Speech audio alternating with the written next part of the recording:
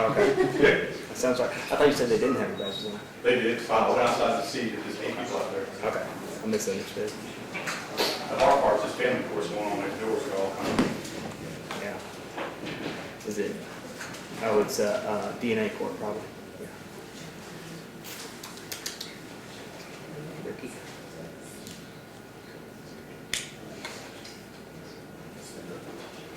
How are you?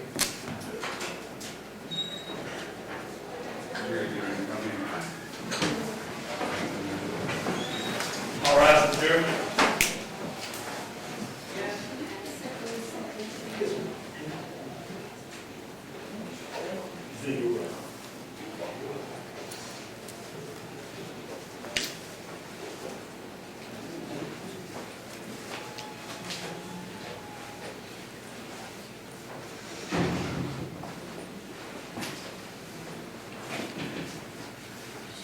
Okay, good morning, everyone. Good morning. Good morning. Heard the parking garage was hard to navigate this morning, Nate. Yes, it was very hard. Glory. Glad everybody made it. Wave call the jury? Yes. Okay, all right. You may be seated. Okay, at this point in the, I think Ms. Woodley, if you could just take the podium and push back over here. Are you going to use it? If you want to use it, that's fine. At this point in the trial, we had the witness, it was Zachary Ryder, an officer. Mr. Ryder, if you would please approach again. Recall that I swore to you yesterday, to tell the truth. You're still under oath at this time, and at this point in time, it would be Mr. Whitley's turn to cross-examine you. So, yes, sir. You are under oath, Mr. Whitley, you may begin. So I think if you were arrested yesterday, you started off with your arrest of Ms. Williams. That is correct, sir, All right, yes. so when you approached Ms. Williams, what was she doing? She was walking back to her vehicle, How was she walking? normal pace. And then when you apprehended her, what did you do? We approached her and we told her that she was under arrest and to stop. And then we proceeded to place handcuffs, which So- she pulled away at the time and continued to be uncooperative. What did she do, to, in your perspective, to be uncooperative? Pulling away, not obeying verbal commands, particularly when she was told that she was under arrest. She kept moving her arms to get free. All right, you aware that there were other officers there with you? I'm aware, yes, sir. You're aware that you had a sergeant who was there? I'm aware, yes, sir. Are you aware that he didn't see Ms. Williams pulling away or tugging at all? I can't say what he saw. All I know is what I experienced during the time, and she was pulling away and giving body weight resistance. And are you aware you're the only person who says she's pulling you away and giving body weight resistance? I'm not aware of that, no, sir. All right, so what else did she do? She pulled away, I guess you placed handcuffs on her, didn't you? I did, I think in this initial report, I put, I'm not worried about what you put in your report. I'm asking what you saw well, that day. I'd like to refer to my report, sir, that way I can get it accurate. Well, I didn't ask you to go to your report yet. I'm asking you questions. Yes, sir. What is your question? Could you restate it for me, sir? So I'm talking about your observation versus all the other observations of the officers. Is your testimony, is your observation, she was, I guess, using her body weight against preventing you from arresting her? She was pulling her arm away from my hands on her body, on her arm. Or was she Giving standing up, resistance. laying down, where was she? At one point, she was standing, and then she was taken to the ground and still refused to allow us to put the handcuffs in the handcuffing position. And when you took her to the ground, was she face up or face down? She was face down. Are you aware that Ms. Williams and a lot of protesters are talking about George Floyd this time period? I'm aware that that is a discussion that they were having, yes, Is sir. there a particular reason why y'all took her face down to the ground? I think through the, I don't know the exact reason, but I think the way that she was resisting, it ended up going to the ground. Is that all she did? She continued to pull her arm to the center of her body, but that was the extent of it. So she was laying face down. When you were arresting her, she was extending her arm to her chest. That's it, right? Yes. What else did She was pulling away while while speaking with us, and we continued to tell her to comply, and she continued to pull away from our hands. And then you placed her in handcuffs. We eventually were able to, yes. How many seconds did it take you to do that? I'm not sure of the seconds that it would take. This is the part where you go back to your notes. You refer to your notes, how long you reported it took you to put it to the ground? I did not put in my report from my recollection that I gave after a period of several seconds, yes. I'm confused. You just told this jury that she was non-compliant for a while, but this non-compliance and this pulling away, you reported took 2 seconds. My report says. Is that a question? Was that a question or a statement? If you want to rephrase the question, Mr. Whitley, such that it is a question as opposed to a statement, go ahead. I'll I think give you that opportunity. I guess I can be part. You're right. Let's go. So you reported, isn't it correct? Isn't it true? Isn't it a fact that it took you all 2 seconds to place her in handcuffs? I don't know about 2 seconds. I said in my report, I said after a period of several seconds, I continued to use my body weight in an attempt to gain control over Miss Williams' left arm. I believe I'm referring to her being on the ground at that point. Gotcha. So then you put the handcuffs on her, right? Yes. What else did she do, based on your theory in the law, that was arrestable for resisting arrest? The initial, when we told her that she was under arrest, she continued to, after I placed hands on to put handcuffs on, she continued to pull away and in an attempt for me not to, is what was occurring during the time.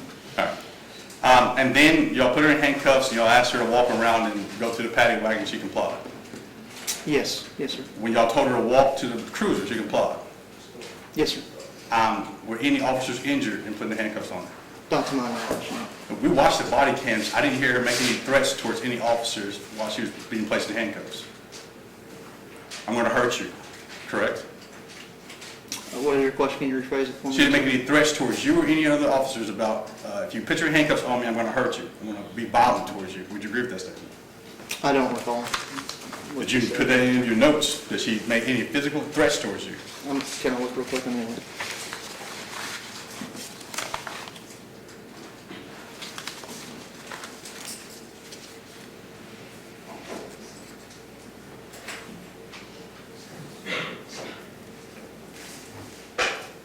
Not that I have noted here. But you still arrested for resisting arrest? That is correct. All right. Then, I think, what was your basis for arresting her for the riot?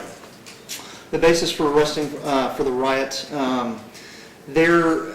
like I said, I was staged with the arrest team on Bar Street, and we were receiving information that both Miss Sarah Williams and April Taylor were coordinating individuals into arrestable actions to be performed in front of the courthouse. At that same time, me amongst several other officers were attempting to review their Facebook Live posts as well. That information that came to me specifically was that they were performing the actions and that we had a supervisor in our intel unit that was observing every resource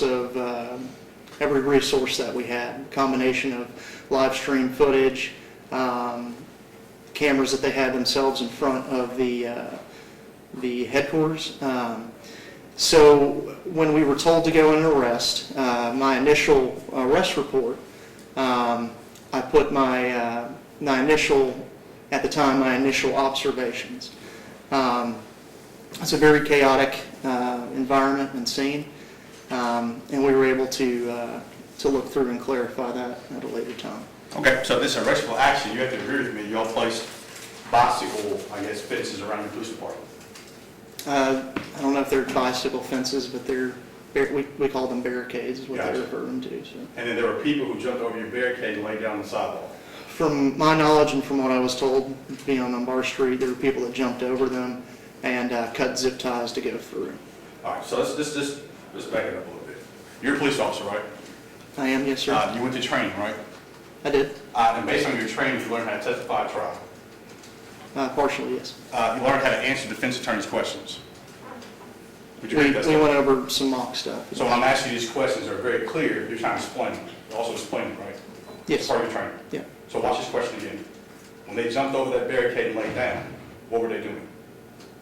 They were performing a die-in, is what they kept referring to. I get this. It's a die-in. From your observations, the people conducting the die-in, what did they do? laid, some of them laid, and this was after reviewing the video, some of them were laying, some of them had their fists in the air, and had their body weight just appear as if they were deceased.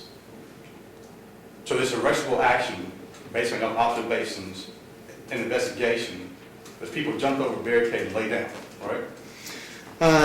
That is not entirely the case. Like I said, I had said before yesterday, this case is a culmination of events starting from I get it. 5:31 to 6, I believe 6:14. I get it, I'm asking a simple question. Which, Your Honor, he keeps interrupting you. Can you answer the question? Go ahead. Go ahead, if you could, finish your answer to the question. yes, sir.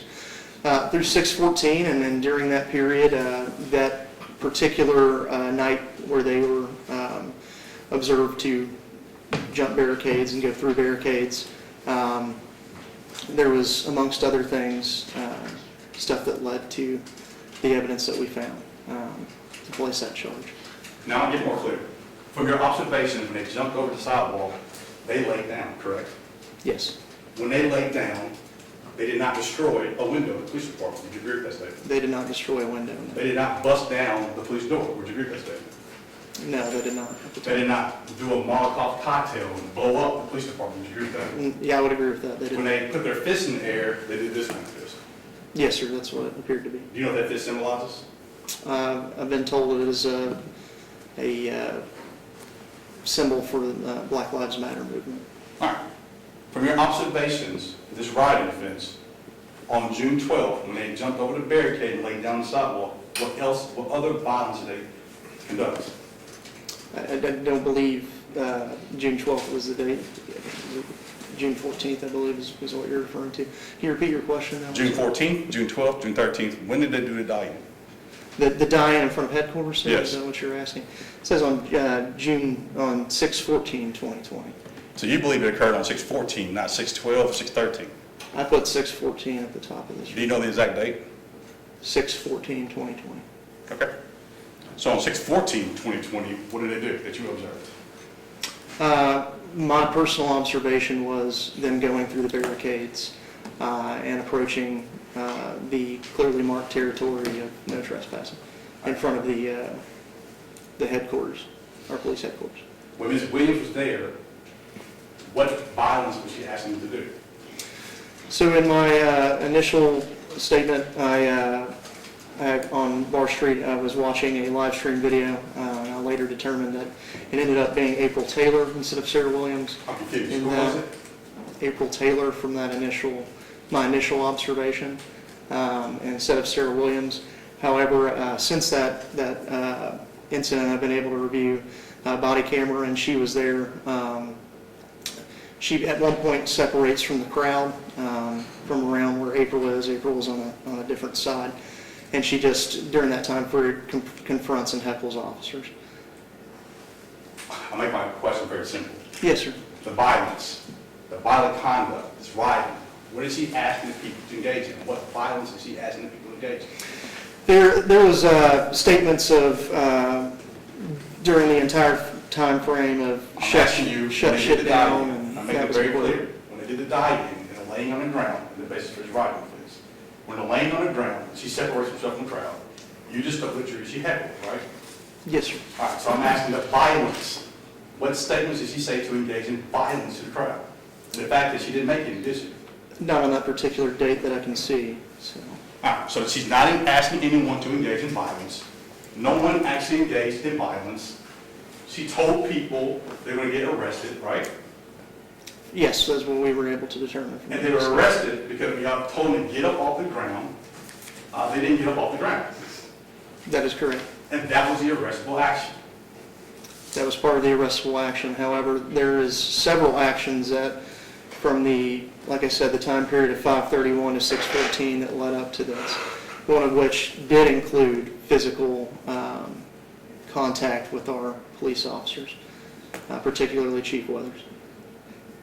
Sarah Williams. Sarah Williams was part of it, yes. No, I'm asking what she did, not being part of it. What did Sarah Williams do?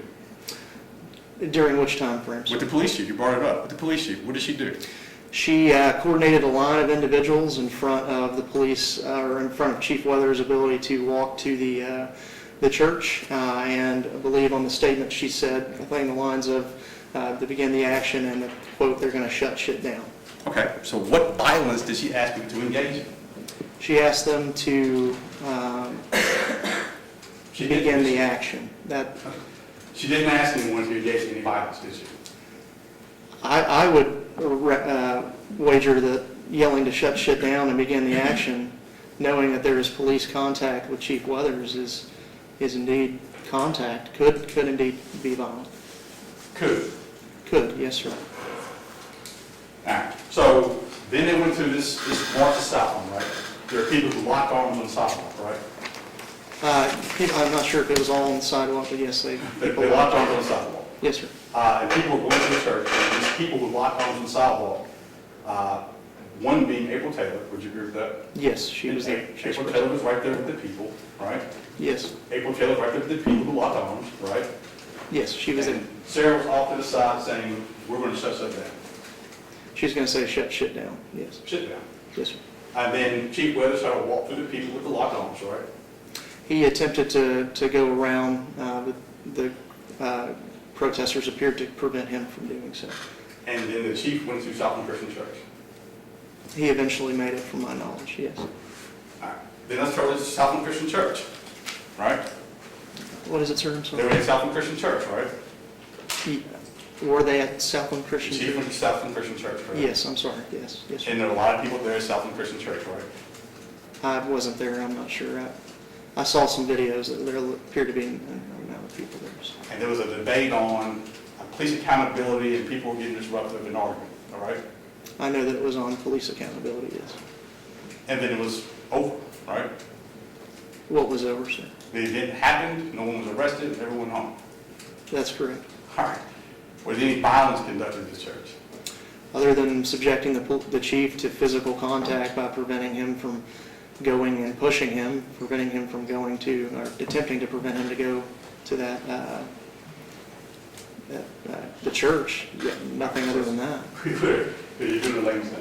When you introduce your videos, your clippings, and all Miss Williams' statements, she never asked anyone to assault the police chief, correct? No, When you went to Southland Christian Church, Miss Williams was there. She didn't go to Southland, he didn't go to Southland Christian Church, you said. He wasn't there. You said when he went there, he wasn't there. I think you're wrong, but you see me. Well, he can answer that question. Well, I was talking. I was not at Southland Christian Church. Sir. Did the police chief get there? He, from my knowledge, got to Southland Christian Church, yes. That's what I just said. Police chief of the Southland Christian Church. You agree? I agree, but he wasn't there, Daniel. You're asking somebody who wasn't there. He approached me.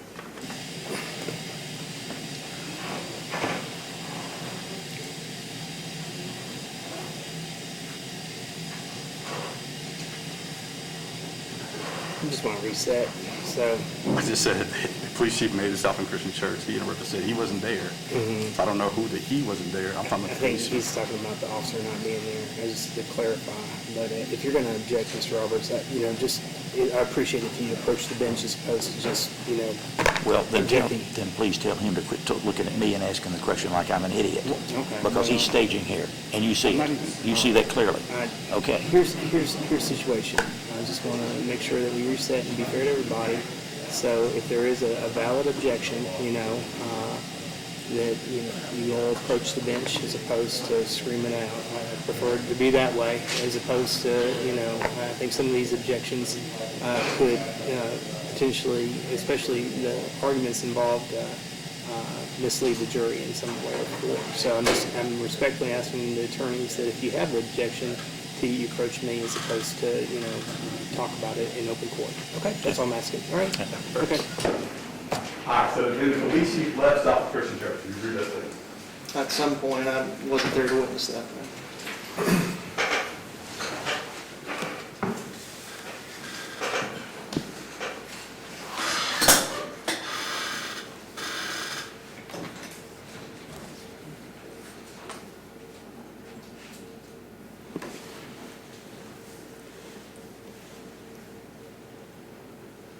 So I want to make sure this is being clear. They asked people to engage in arrestable action, right? That is correct, sir. People jumped over a barricade, lay down on a fence in front of the police department, correct? That is correct. People were arrested for that offense, right? They were. And she was arrested, I guess, and charged with riot for that. With inciting a riot second, yes. You also put in a report that she had drug paraphernalia on her, right? That is correct, sir. And this happened back in 2020, right? Yes, sir. And she's been fighting this case since 2020, right? This case has been ongoing since 2020. sir. But during this trial was the first time you said, I now realize she didn't have drug paraphernalia on her. Would you agree with that? No, that is not correct. So when did you let everyone know she did not have drug paraphernalia on her? I did a supplement to my report. I have it in front of me, and I'm going to pull that up. Well, what day did you turn over the supplement to your report? I will tell you when I get to it, sir. I'm sorry. Give me the opinion. No, you're fine. No offense.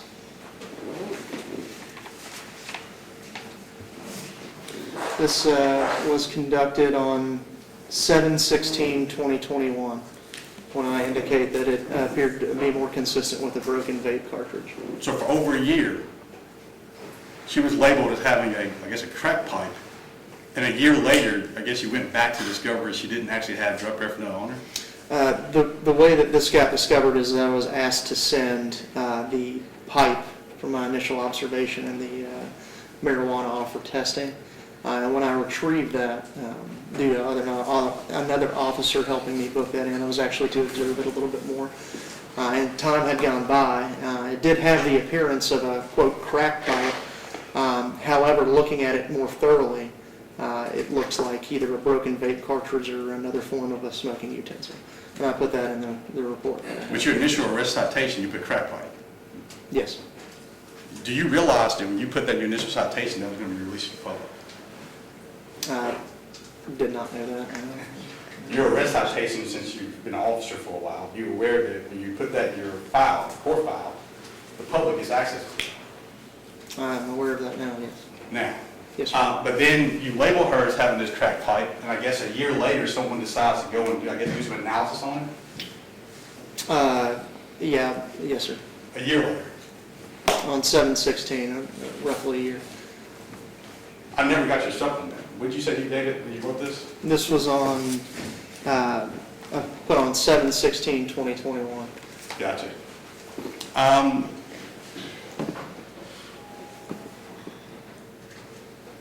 I think you also talked to this jury about these Facebook records, right? I've known about Facebook with Signal, I think I talked about as well. Isn't it true that Ms. Williams' Facebook Live was all public? It was at the time, yes. It was public. It means you all were doing investigations, you made these live streams, it was public for the public to see. Yes. So I'm confused. When you said you arrested her, you had to go through her phone. What were you looking for? There was evidence that showed that they were using their phones to coordinate these arrestable actions, which was the reason for the search warrants. Paraphrasing. So she's in public telling everyone out loud in front of the courthouse, right? Correct? Can you repeat your question? I'm sorry. The exhibits you introduced, the photographs, they were outside in front of the courthouse. I don't recall which exhibits you're referring to, if you have one. I'll be more clear, I'm sorry. You're- The videos that you told the jury and they were talking about, that you referenced. Yes. Those videos were outside of the courthouse. Yes. They were. How far is the police headquarters from the courthouse? On the other side of the street, not even a block. So outside of the police department, not even a block, she's out yelling, "We're going to get arrested." I'd have to review the video again to see her exact statement. And that was really April in the beginning. I'm not referring to that one. I'm depending which video you're talking about. So the first one's April saying we're going to get arrested.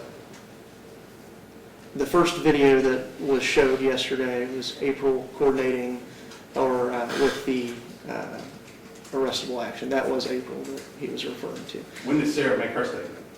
At some point in the video and then additional video. I'd have to see it to know the exact. Does your report know what day she made that statement? My report, there's several things. I'd have to find exactly what you're talking about.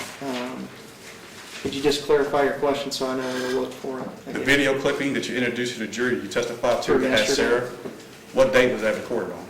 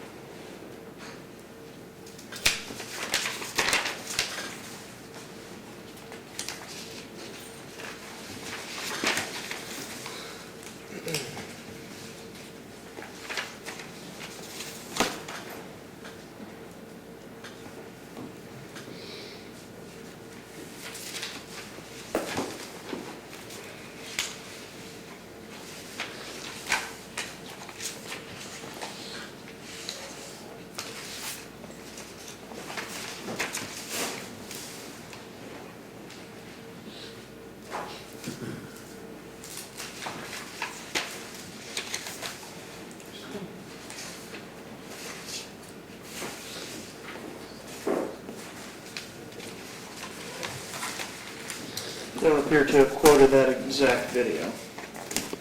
So that wasn't that video that we watched with Sarah Williams that basis your investigation, was it? I'm sorry, can you repeat? Video we watched that y'all showed the jury. That wasn't in any of your reports. Would you agree with that? I would agree with that, yes. So that wasn't the basis for the incitement right. Would you agree with that? Not that specific video, however, the statements were made throughout the entirety as well as other videos that we have, the same statements. All right, so we don't know the date and time of this statement you made, right? Of which You statements? didn't notate the date and time that Sarah Williams was on that microphone saying arrestable action. We agree with that. You didn't put that in your police report. Don't have that exact date and time. I think there is something in here that indicates that while going through it. Find it here.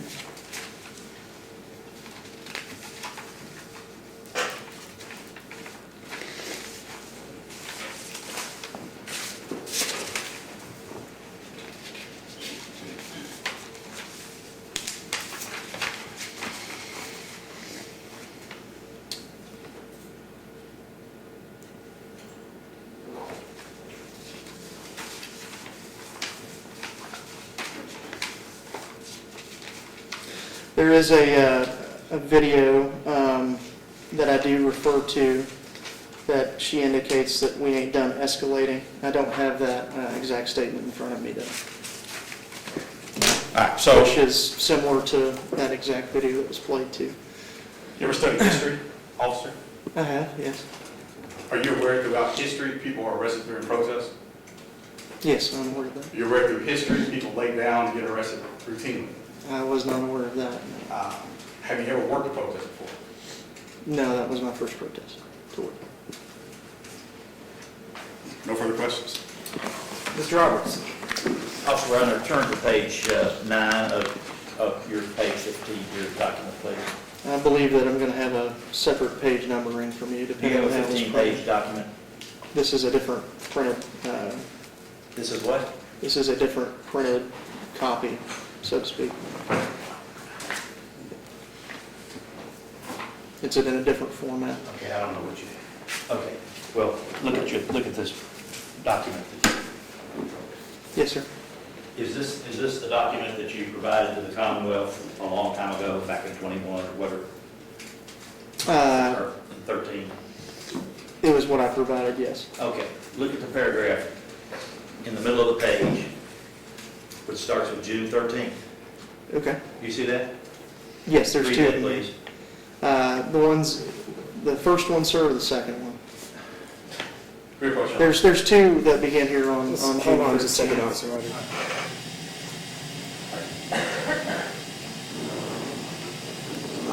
I'm going to object. I think this is an improper way to either refresh a client's memory or impeach him. I don't know clearly what we're doing, but you can't hand a witness a document and say, read it. Yeah, I think that you can probably find a different way of getting this evidence in, but I think I'm going to, well, unless you want to argue to the contrary. He's saying I'm impeaching him? He's refreshing his recollection. I've got his document, I got his police report here. Maybe he doesn't have what I have, but I've got his document. Let me It says very clearly. let Mr. Roberts have another opportunity to try to introduce his evidence, okay?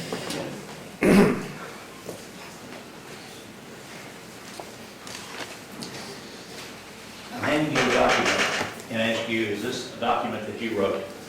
Yes, This 15-page document yes, that covers all the things that you did? yes, Okay. In the middle of the page, it has June 13th. yes. Would you read that, please, to the jury? Yes, on June 13th, 2020, Stop the Violence election Facebook live stream shows protesters enter and remain inside the barricades in front of and behind headquarters. Ms. Williams was heard stating, "Y'all gonna cut the gate today and we ain't done escalating." What? What? Ms. Williams was heard stating, "Y'all gonna cut the gate today and we ain't done escalating." Video posted at 8:52, statements made at 9:42 and 14:18 in the video. The statements come prior to individuals regrouping and breaking through police barricades. All right. Now, you wrote this, Yes, and I understand there's a lot of material in that, but is this an accurate statement that you wrote and that you saw on Facebook? that is correct, yes. Okay. No further questions. Mr. Whit. So on the Stop the Violence website, she's talking about escalating where they laid down on the concrete, correct? There was a video posted to Stop the Violence Lex that she was observed saying, "You're going to cut the gate today," and we ain't done escalating. I hate to keep belaboring this point. They cut the zip tie, correct, and they laid down on concrete. Yes, they cut the zip ties. And they laid down on concrete. Yes, that's correct. And they laid down on concrete in silence. Yes, sir. And they laid down on the concrete in silence in honor of George Floyd. That, from my knowledge, yes. Because it took them over 8 minutes to die. That was what they're saying, right? That's what they were saying. And they were saying, let us lay on the concrete in silence in honor of George Floyd, right? Yes, sir. And the police said, get up, right? I believe I wasn't there. I don't know what exact statements were given. Well, you're not there, but from your investigation, the police said, no, we don't want you all to lay here in silence in honor of George Floyd. Get up. From my knowledge of it, they were telling them that they were on marked territory or trespassed marked territory in front of the police department, and they gave them the opportunity to leave that property before arresting. That's what I've been Gotcha. told. But they were saying, let us lay in silence. And you were arguing about laying in silence. I don't know what they said specifically. But what did I you don't do in know your if investigation? Did you not investigate what was going on between the police and Ms. Williams? Yes, sir, I did. Okay, so based on your investigation that you reported, that you notated, you agreed. So they're saying, let us remain here in silence. I don't know if that's what was said. And then after a while, the police, based on your investigation, told them to leave. Yes, they gave them instructions to leave, or that they would be placed under arrest for trespassing. To get up off the sidewalk and lay in silence, or in a fist up, and please remove yourself from these premises, right? Like I said, I don't know exactly what was said, just what I had just previously said. And then people were arrested for not getting up off the concrete. Would you agree with that? I believe they were arrested for trespassing due to not being able to, or being told to leave and staying on the Now, property. I want to make sure I'm clear though, this police department, I mean, you're a public agency, would you agree with that? Yes. As a public agency, they would not stop, it's a government building, would you agree with that? I didn't hear your question. It's a government building. I'm sorry, sir? Your police department, it's a government building. It is a government building, yes. This sidewalk is a public sidewalk. That is correct. So you told them to get up out front of a public building on a public sidewalk and remove yourself if you're trespassing, right? Yes, sir, and I think those barricades were put up due to the threat that something was going to escalate. Great, but the officers there were observing the escalation. People asking to lay down in silence. So my statement is, and I'll repeat it, they were outside of a government building, correct? Yes, They were outside of a government building, laying on a government sidewalk, right? yes, The people's sidewalk, would you agree with that? The public. the public sidewalk, yeah. And the police said, get up outside of a government building on a public sidewalk, or we're going to arrest you. Yes, sir. And because they didn't get up off the public sidewalk in front of a government building, they were arrested. They were placed under arrest for trespassing. All right. No further questions? Mr. Roberts. Thank you, Officer Ryder. You may sit down. Again, I'm going to admonish you not to discuss the testimony that you provided today with anyone else who could be called as a witness, okay? Thank you, sir. Mr. Roberts, you have another witness. Call Tyson Carroll. Tyson Carroll.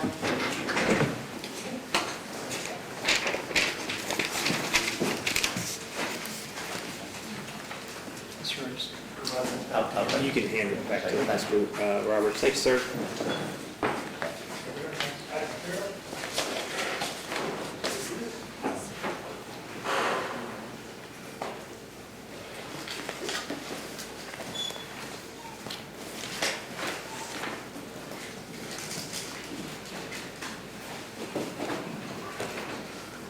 Sir, if you would come forward to the bench here and be sworn. You raise your right hand. Do you swear or affirm to tell the truth, the whole truth, and nothing but the truth? I do, sir. Please have a seat.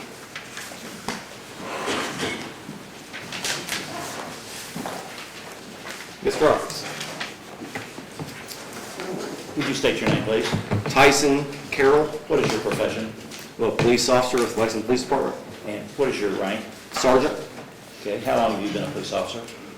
coming on 13 years. Are you assigned to a particular division now? I supervise the intelligence unit. What does that mean? Well, as a supervisor, traditional supervisory duties, I command and control the detectives within the intelligence unit, develop investigations and such. The intelligence unit is a area where we collect and evaluate data, analyze data for further investigation. Okay. So, in this particular case that we're dealing with, you were not in the intelligence unit at that point, were you? No, In 2002? I was not. I was a patrol sergeant. Okay. And when did you come into the intelligence unit? In late fall of 2021. Okay. And are you privy to the information that the intelligence unit gathered during the protests that we're talking about between May 31st and June 14th? Yes, I have access to that. Okay. As part of that intelligence unit, did you all get the Facebook printout of Sarah Williams, her Facebook, between those dates? Is that within your department? Yeah, the intelligence unit or someone tasked within working with the intelligence unit obtained that. Okay. Your question on it? Amen.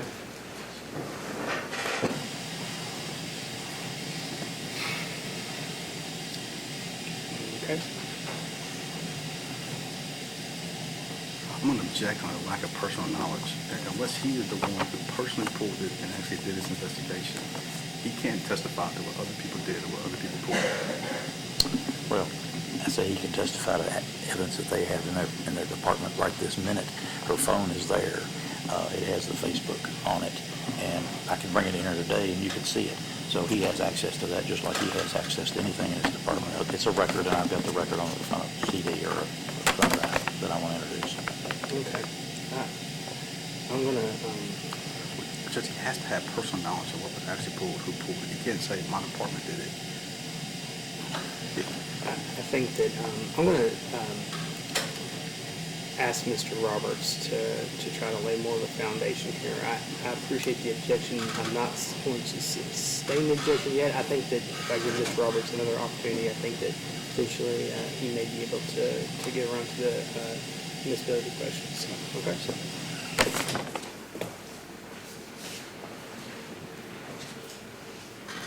Are the records of the intelligence department of the police department today under your control?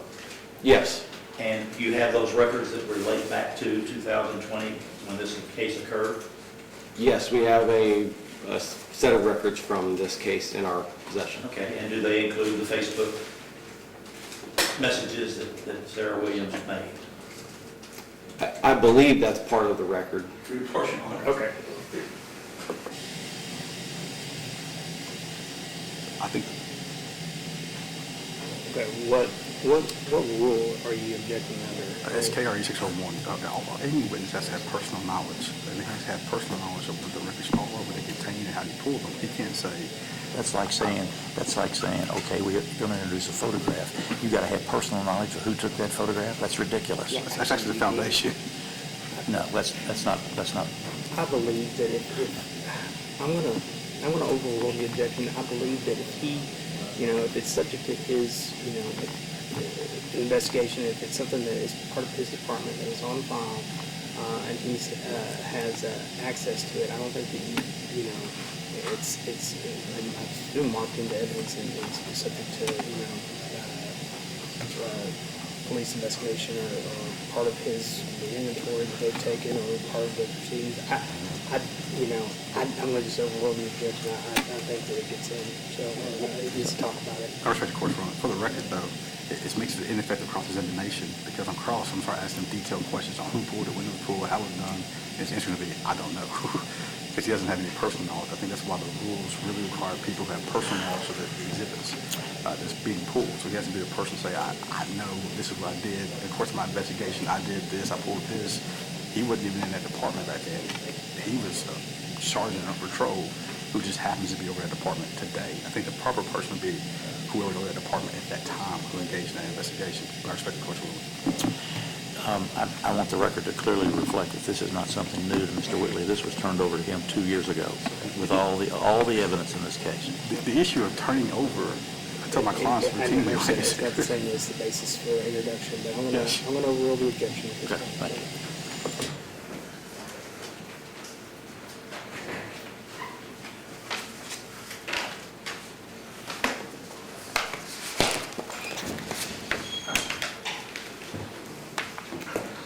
Madam Clerk, what is our next exhibit number? Is it number 6? 5, I believe. 5? Is it exhibit 5? Yes, Chairman. Okay. 5.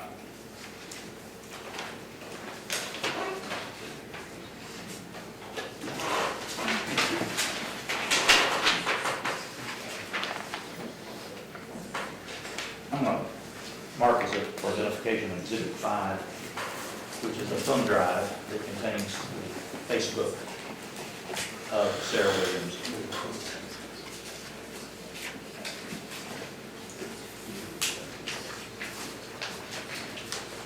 You've seen the Facebook materials on Sarah Williams. I have seen the Facebook materials that were gotten through a search warrant. Now, when were you working in 2020 when this, the protest began on May 31st?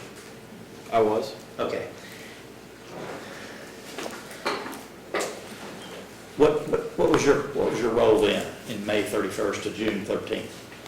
I was a patrol sergeant for C Squad, 2nd Shift, Central Sector Patrol. Did you attempt to talk to Sarah Williams, asking her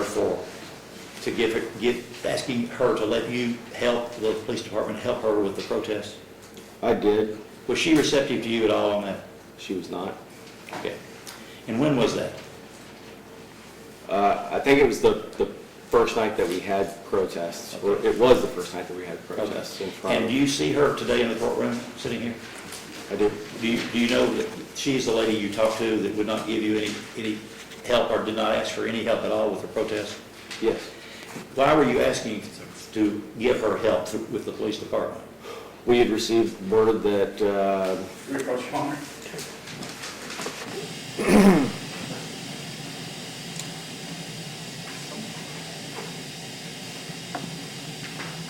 Okay, I feel like I'm objecting a lot, and I apologize, but this, if these are illicit hearsay, I'm gonna object and say you can't talk about what other people told him and what he did. So, what's the out-of-court statement, if there is any, that you are trying to solicit? It's just the idea of the fact that there was large crowds that were gathering is all, and that they knew they had a problem being able to monitor protest, and they wanted to try to help with that. That's all. It's not a specific statement of a policeman or anything else. It's the I mean, it sounds like it's not gonna be a precise out-of-court statement offered for the proof of the matter asserted. It's just gonna be a general conversation about, It's not even a conversation with about anybody. there's a concern that, and that's what you're saying, the concern that we're trying to monitor where these, marchers go, or Yes, sir. protesters go. Yes, sir. I get that, but I don't wanna say like they have threats or we had all these. I don't think because- that, I don't what? think that's what he's trying to I know, solicit, but so in Mr. Roberts' opening, he talked about Antifa, so I'm I can't hear you. he's He's saying talking he's about talking about Antifa, so in the opening, he talks about Antifa and being He's talking- dangerous, so you're that's not, what. but let me just make sure that the question that you're trying to solicit, or the answer, is not going to be one that solicits any sort of direct information of threats or No, anything sir. like that. No, sir. Okay. No. Okay. No. Overruled then. So what was the purpose of talking, are you attempting to talk to her for the police department about what? yes, I was tasked with observing and monitoring what was happening at the courthouse that evening, and I went to Ms. Williams, introduced myself, and offered assistance, and further asked if there would be any marching and if I could offer assistance for the community by blocking traffic. So the purpose was to help block traffic? The purpose was to make the community safe, but Okay. yes, that would have been one element of it. And she would not give you, or ask for any help at all? She refused to. Okay. No further questions? Mr. Whitley? All right, so, you, I guess, did this investigation, correct? Sir? You participated in the investigation, Mr. Williams, you agree with that statement? Excuse me, one moment, can I approach the bench a minute? You may.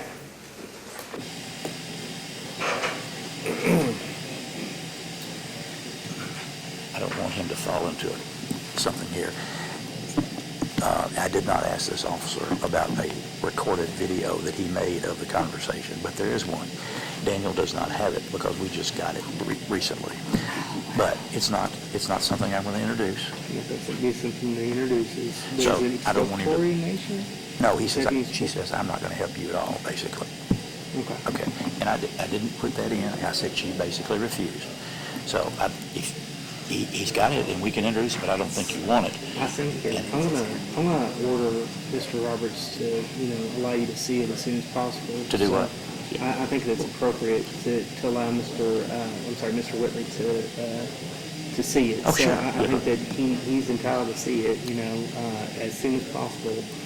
So if Ms. Tobin or someone can get it to him on the lunch break, that would be helpful.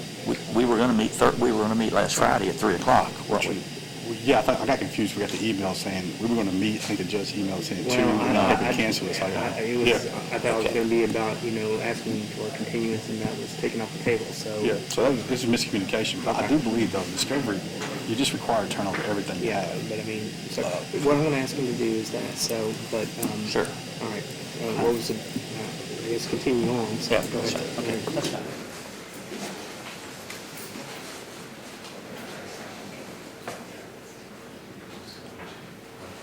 So you were, I guess, wanting to help Ms. Williams with the protest, correct? See if you could help facilitate it.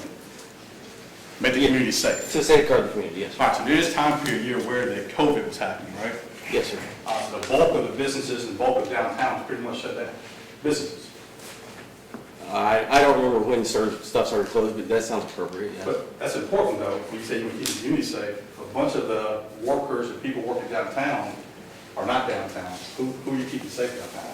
We still had quite a bit of traffic, as was seen during the rest of the month and the next month. There was quite a bit of traffic that was impacted, and with people walking in the street, that's an impact.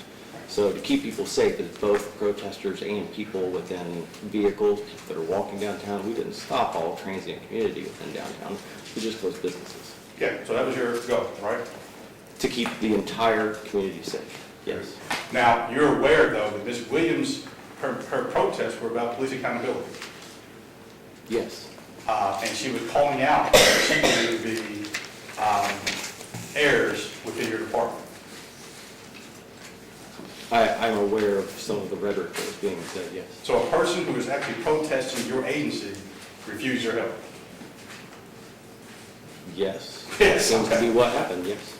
All right, so then, did you write any police reports about what you did in your investigation?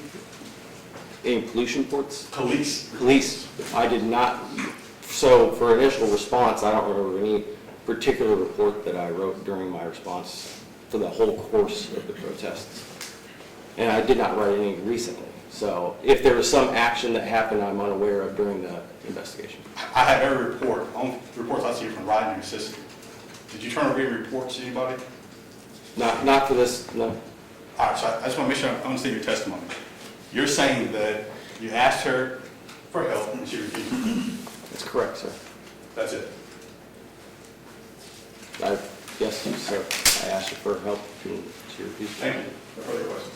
Mr. Roberts? Maybe he be excused. Yes, Officer Carroll, you are, excuse for the testimony, I will admonish you though, sir. Please do not discuss your testimony in court today with any other potential witness or witness who's already testified, okay? Yes, sir. All right, thank you, sir, you're excused. Our next witness is going to be pretty lengthy. Would it be proper to take a short break? Is everyone doing okay? How much of a time period do you think you've got here? Oh, no. About an hour. Would you all be amenable to taking about a 10-minute bathroom break before we start? Okay. Let's go ahead.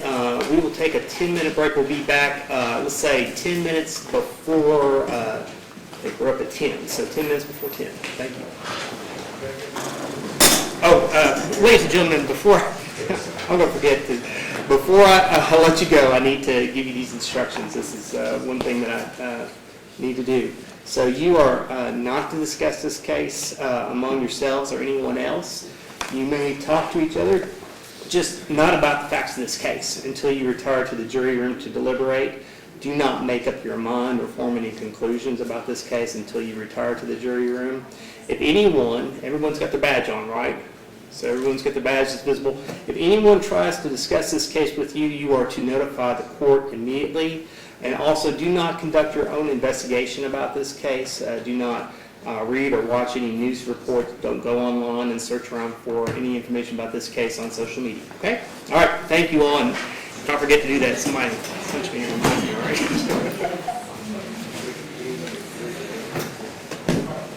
Oh, here.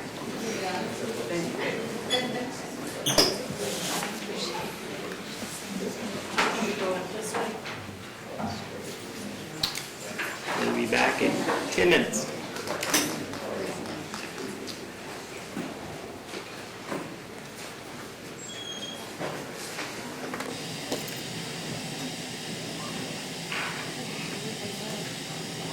Is Ms. Williams allowed to have her phone in the courtroom? Huh? Ms. Williams? Yeah.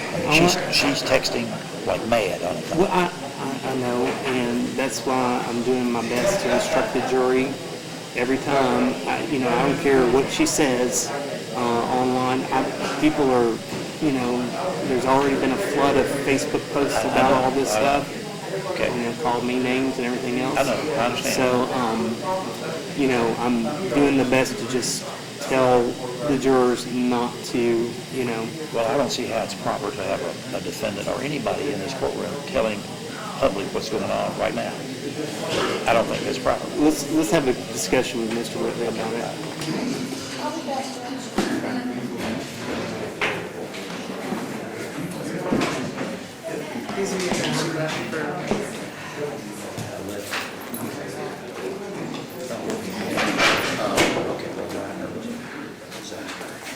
He couldn't find his place in his report where they referred to take it.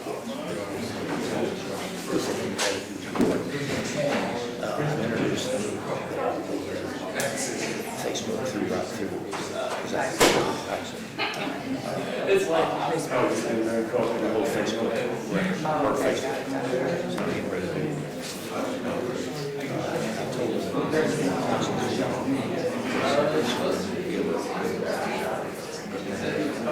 Oh, okay, yeah, of course. No, I haven't done this.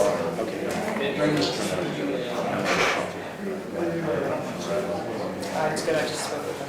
I'll get this taken care of.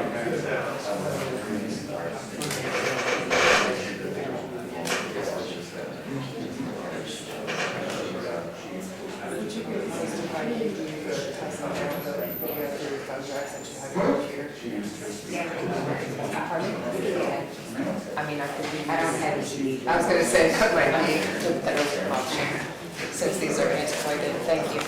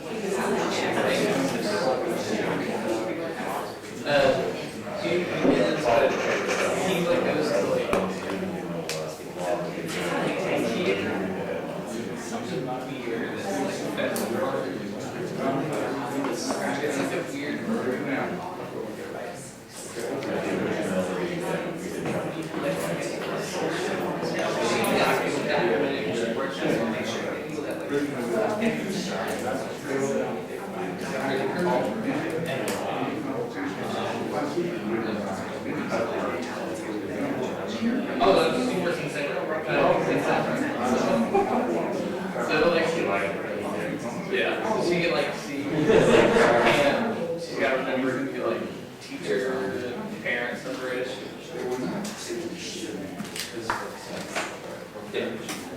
The older one does the thing. Share the music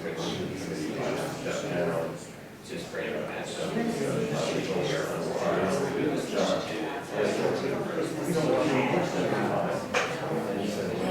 It's like something there.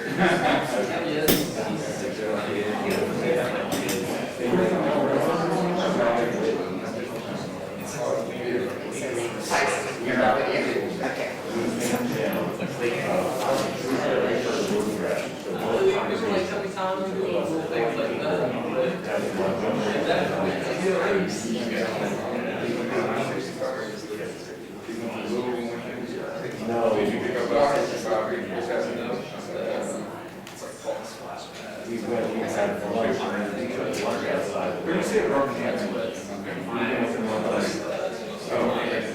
take Hey, come here. That's at the 50th.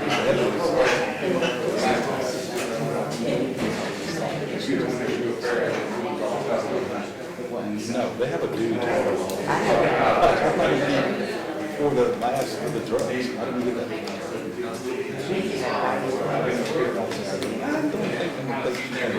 So they have a duty. You're going to be grandstanding and trying to do a fucking job for this guy. It makes sense. How do you have a police report? How do you have a drug use? Well, I mean, this was pretty much,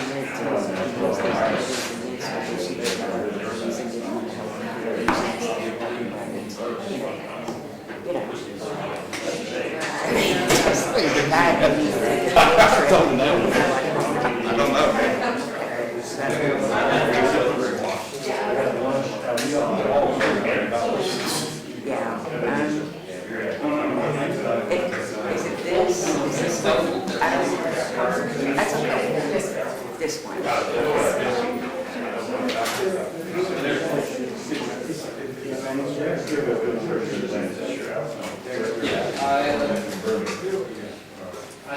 had this one.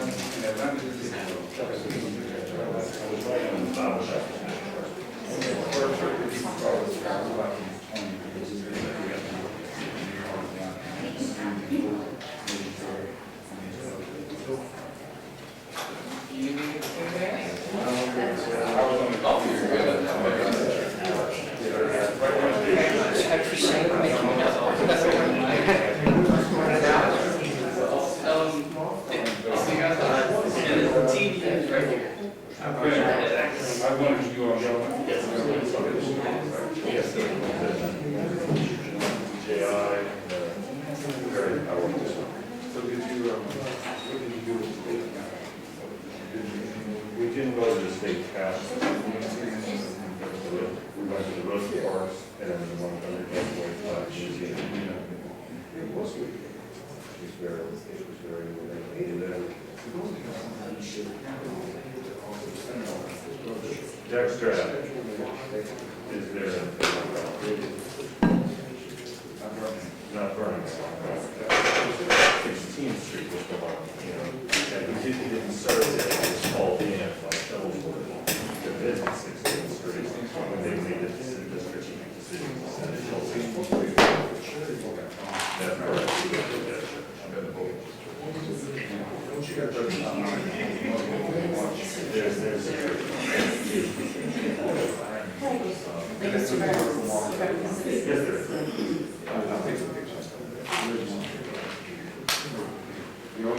That's correct.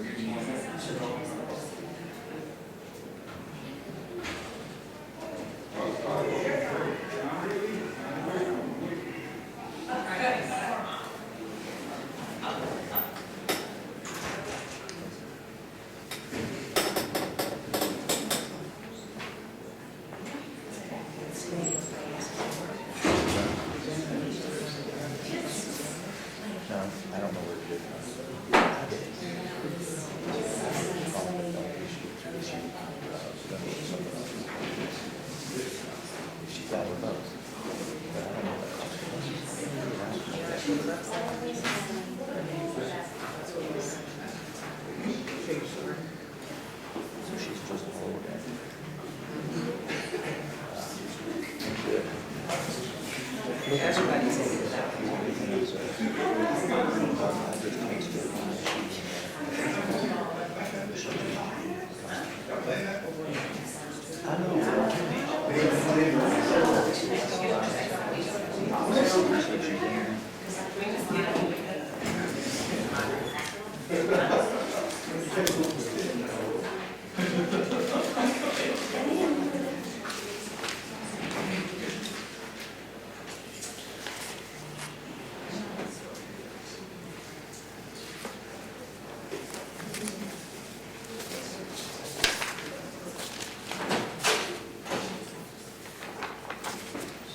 All rise. Please be seated.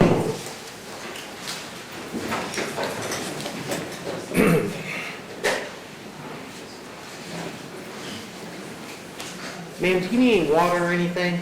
No, thank you. Okay. All right. Thank you. We could probably get you a bottle of water if you want one. Just Thank let me you. know, okay? Okay.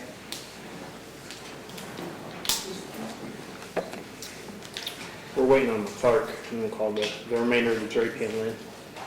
Do you want to discuss at the bench, would you, I think we're still on the record, by the way, so the red button's on. You want to?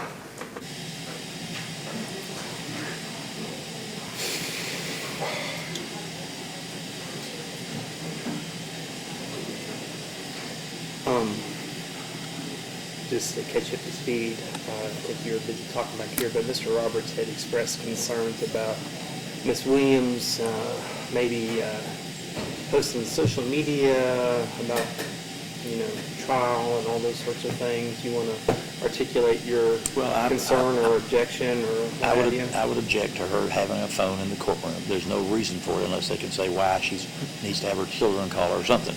And she is texting a lot. Now, her sister is raising total hell out wherever she is over this, what just happened in the courtroom. And she's ripping him and saying he's the worst thing that ever lived. Okay? Free speech? Now, I know it's free speech, but I'm telling you, I'm talking about anger.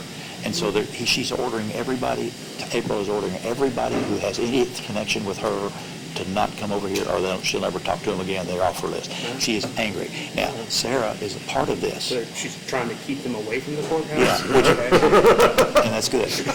Right? That's good. I'm delighted, and that's great for me. Right, So, it's great for me too, I but guess. there's no reason, because of your order, to allow her, Sarah, to have a telephone in this courtroom. Okay. And I object to that. All right. You want to go on? I don't think that, I understand that she can't live stream. She's not live streaming anything. She's How do we know registered. that? How do we know that? Well, because doesn't have her camera up. I think she's like texting at the table to her sister, calm down. I think it's appropriate. Let me just direct her, I've told people, only media to live stream, so just, direct the client not to live stream, but, what I've done is I've impressed upon the jury, I'm going to tell them over and over and over again, do not go on social media, do not, look for do your own investigation. I will say this, Mr. Whitley, of course, if she is, called to testify, all the stuff that she's posting would be subject to, potentially Mr. Roberts digging into and using, on cross. So, I mean, that's a risk that she takes, of course. So, but I think I'm gonna, I note the concern, I note the objection. I'm asking Mr. Whitley to make sure that she's not live streaming. She's not live streaming. And it's, up to her as far as her First Amendment right to put out everything, but I think I'm doing my best I can to insulate this jury from any sort of bias that they could receive through social media, okay? And I could specifically say, if you want me to advise them, do not go onto Facebook, do not look at Ms. Williams, do not look at Ms. Taylor's posts on Facebook. I'll just, if you want me to order them off Facebook for the next 48 hours, I think I can do that, I You want to do that? Yeah. Well, I get the text directly. They send them to me directly. Yeah, So, I've been, I can't order Ms. Taylor to do anything. I know that. I'm not asking that, Judge. Yeah. I'm asking, this lady can text right now, not live stream, but text is the same thing. It's exactly the same thing. Well, texting is just one-on-one, so, They're texting the actual, what's going on in the trial. She's texting her sister. I've got the Twitter feed from 18 over here, and, they're reporting. And I'm fine with that. I think they're allowed to do that. What the only major concern I have is this jury being biased, by reading something that, may poison them one way or another on social media, okay? And I'm doing my best to I know insulate that. this jury. I know that. And if you poll this jury afterwards and they disobeyed my ruling and, we're in a mistrial, so, okay? I think by ordering April away, I think I'm trying to my best to Yeah, keep I this mean, jury. I think that's pretty fortuitous, Ms. Taylor saying, stay away from the courthouse, I mean, it's actually probably a good thing for, security reasons and everything else, so, okay.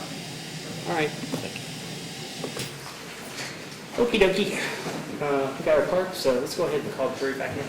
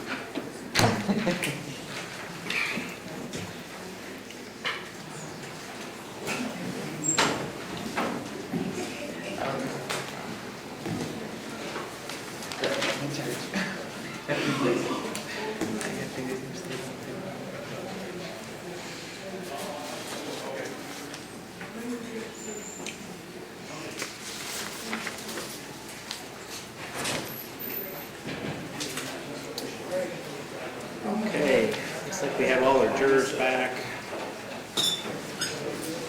We've called the jury. You all may be seated.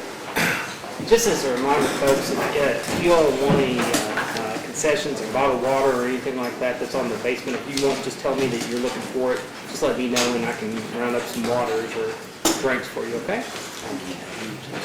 At this point, Mr. Roberts, you have another witness? I'm sorry, yes. We're prepared to call your next witness. Brian Maynard, please. Brian Maynard. Brian Maynard.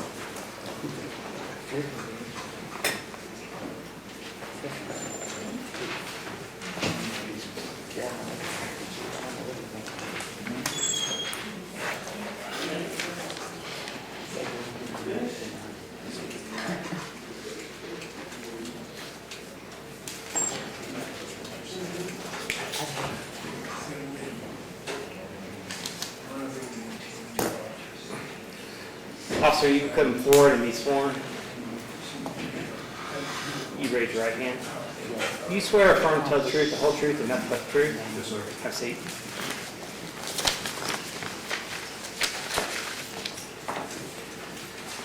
Mr. Roberts. Could you state your name, please? Brian Maynard. You're in a police uniform. Is this your profession? Yes, sir, it is. How long have you been a police officer? 23 years in September. What is your rank? I'm an assistant chief. How long have you been an assistant chief? That will be 3 years next week. So you work directly under Lawrence Weathers? Yes, sir, I do. Okay. Can you tell us, give the jury some information basically about various terms that have been used in this department or in this case, and I'll ask you specifically some of them, but I want the jury to understand what basically some terms mean that you all use. What is CLEAR unit? The CLEAR unit is Community Law Enforcement Action and Response Unit.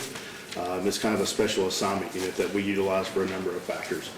They're not assigned to any specific sector that we have in town, but more or less kind of go and help handle issues or go as kind of force multiplier. Okay. What does soft uniforms mean? Soft uniform would be similar to what I'm wearing. It's our basic uniform that you have on minus the tie. The tie's for more of a court appearance or a dressier formal occasion. Okay. What does riot gear mean? Riot gear is going to be equipment that we issue our officers for their protection, which start kind of at the head, more of a ballistic style helmet with a face shield, down to more of an outer protective vest. Officers can wear their inner vest with a soft uniform, but the riot control has more of a identified Lexington Police patch across the front of it, has some pockets on the exterior of it, and then we even can equip with shin guards, kind of similar to what a catcher would use to help protect the legs. How about face protection? The face protection is the shield that comes Okay, with the all right. ballistic helmet that you can raise up or down. What does ERU stand for? ERU is our emergency response unit, very similar to what watch a lot of TV SWAT teams would be. So our emergency response unit is what we utilize for that. And that's a special group of part-time officers that get called in to handle a variety, whether it's barricaded subjects, to help, again, another opportunity for a force multiplier to bring officers in to help assist. Okay. What does bicycle barricade mean? Bicycle barricade is, ours are orange, kind of see it in a lot of sporting events. They're used to help provide protection. It's kind of a metal rack, so to speak, about 8 to 10 feet long. They could be daisy chained or intertwined together. It can be used to help separate, help provide protection, kind of give some guidance of directions of folks of how we would utilize them to help flow traffic, pedestrian versus vehicle type things. Okay. What does DED mean? DED is a term that we refer to for our downtown entertainment district. That is mainly downtown, around the bars, businesses, with two separate areas of that, South Limestone with the bars and some of the restaurants up on that side, and then downtown, kind of looking between Broadway and Limestone, right outside here of the courthouse, anywhere between Church Short down to Vine. And what does NRO stand for? NRO is Neighborhood Resource Officers. We utilize them in a lot of community events. Neighborhood resource officers are assigned specific neighborhoods, work with their council members, work with various businesses, apartment complexes, neighborhood associations, things like that. Okay. All of those terms, Chief Maynard, are part of what went on in the protest between, we're talking about the time period between May 31st and June the 13th. Is that correct? Correct. All those will be intertwined, and you'll hear we like to use three-letter acronyms on occasion. What about the word Antifa? What does that mean? Antifa is a general term. Hold on.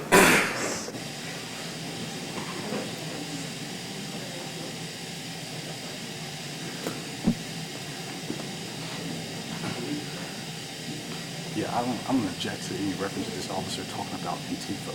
And this is the reason why we have discovery. This is the reason why we turn over expert materials and documents. I don't know what's called qualifications to talk about Antifa.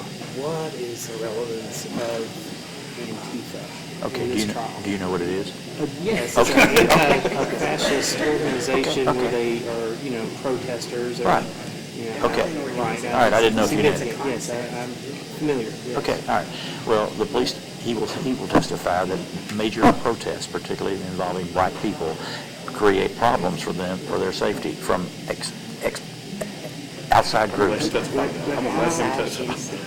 I want this officer to testify. Are you going to withdraw your objection? I'm going to have him testify. Okay, that's fine. What does Antifa mean? Antifa would, as a general term, more of a left-wing anti-fascist movement compared to the opposite would be the right-wing neo-Nazi type group. So there's two in the spectrums that we can discuss there, but there are groups that we have seen in other communities that kind of work with protest on both sides and come in and can cause some violence and vandalism associated with some other cities. Is that a concern for the police department that outside groups would come in, particularly if we're having protests which are largely comprised of black people? It is. I think that there's a concern with outside groups coming in that don't have knowledge of what the city, what locals may have, and it's on both sides. Anytime we're dealing with a protest, there's potential for other groups to come in and escalate between the two groups. Okay. And was that an issue in the time period that we're talking about, was that an issue for the police to be aware of and anticipate? It was. We had seen in other cities that Antifa groups had been intertwined with Black Lives Matter groups, and whether they were intentional or not, had taken over and caused violence and vandalism in other cities. So that was something that we were aware of and watching for. And is there a danger for other groups of white supremacist type groups coming in also to try to maybe cause damage? Absolutely. We've seen that in other cities as well, the counter protests coming in. Matter of fact, during this time frame, there were reports of white supremacists going to the north side of Walmart buying tiki torches, very similar to what was used in the Charlottesville, Virginia incident where they marched through campus with tiki torches. So we had investigated that. That was some of the same type of tips that we had received, and we're concerned about having two groups coming in against that. Okay. Were you involved in this, basically the activity that occurred, the protesting that occurred between May 31st and June 13th? Yes, sir. I was there for several nights. What? I was there for several nights. Okay. As part of, what were your duties as an assistant chief? So a lot of it was overviewing of staffing, putting together what our response plan would be, ensuring the safety of not only our officers, citizens that were involved with the protest, and those that would be downtown or involved in the other areas, looking at the overall picture, making sure that we're providing a safe public atmosphere for the protesters to be a part of. Okay. Tell the jury, if you would please, about traffic management concerns that the police department has had in the future or the past, and particularly with regard to this organization or this group of protesters that was going on. Yeah, so protesting is not new. It's something that we've been dealing with and working with various groups for the past several years. A lot of it, depending on the size of the organizations that come downtown, will march in the street. That causes us concerns, for their safety, to make sure, because typically marching in the street is against the law. There's reasons why we don't have people walking in the street, because that's where the vehicles are coming. And pedestrian safety mostly is up on the sidewalks. For this type of group, we wanted to make sure, especially the nights where there were large responses, is that they had safe passage, that we could control where the vehicles were coming in and out of the streets that they were using. And so the traffic safety operation is one where our traffic officers would go, try to anticipate where they would be marching to and from, blocking traffic, diverting that traffic to keep vehicles off the roadway. We had seen in other cities, similar to some of the previous incidents I had talked about with violence and vandalism, that vehicles were also being utilized to help interfere with some of those protests and those marches. So the traffic plan is an instrumental operation for us for that public safety. Okay. And do you have a traffic division within the police department? We do, yes, sir. Basically, what do those people generally do? So our traffic operations group pretty much looks at any special events. They're tasked with a lot of closing the roadways, looking at how we properly and safely shut those roadways down, as well as help supplement and look at traffic collisions, accidents, how we can focus and proactively address some of those. Okay. And was the traffic unit utilized by the police department during these protests? Yes, it was. Okay. What other parts of the police department were utilized in the 13 days that we're talking about here? We pretty much used every piece of equipment and the part of the officers in the police department that we had. Our community services folks came out, our neighborhood resources officers came out, our downtown entertainment district, our clear unit, our K-9 units. The mounted unit was pulled in. That we didn't utilize the horses, but we utilized the officers. Our detectives, a number of those were brought in. I had first shift, second, and third shift officers that were called in, working throughout several of these events. Pretty much anybody with traffic, any member of the police department, from chief all the way down to officer, worked this event. Do you have experience in training, Chief Maynard, with crowd control? Yes, sir. Tell us about the training that you've had. So the training that I've had, multiple, so started in the academy. Each one of our officers provides some sort of civil disobedience or crowd control type discussions, and then we also handle that annually.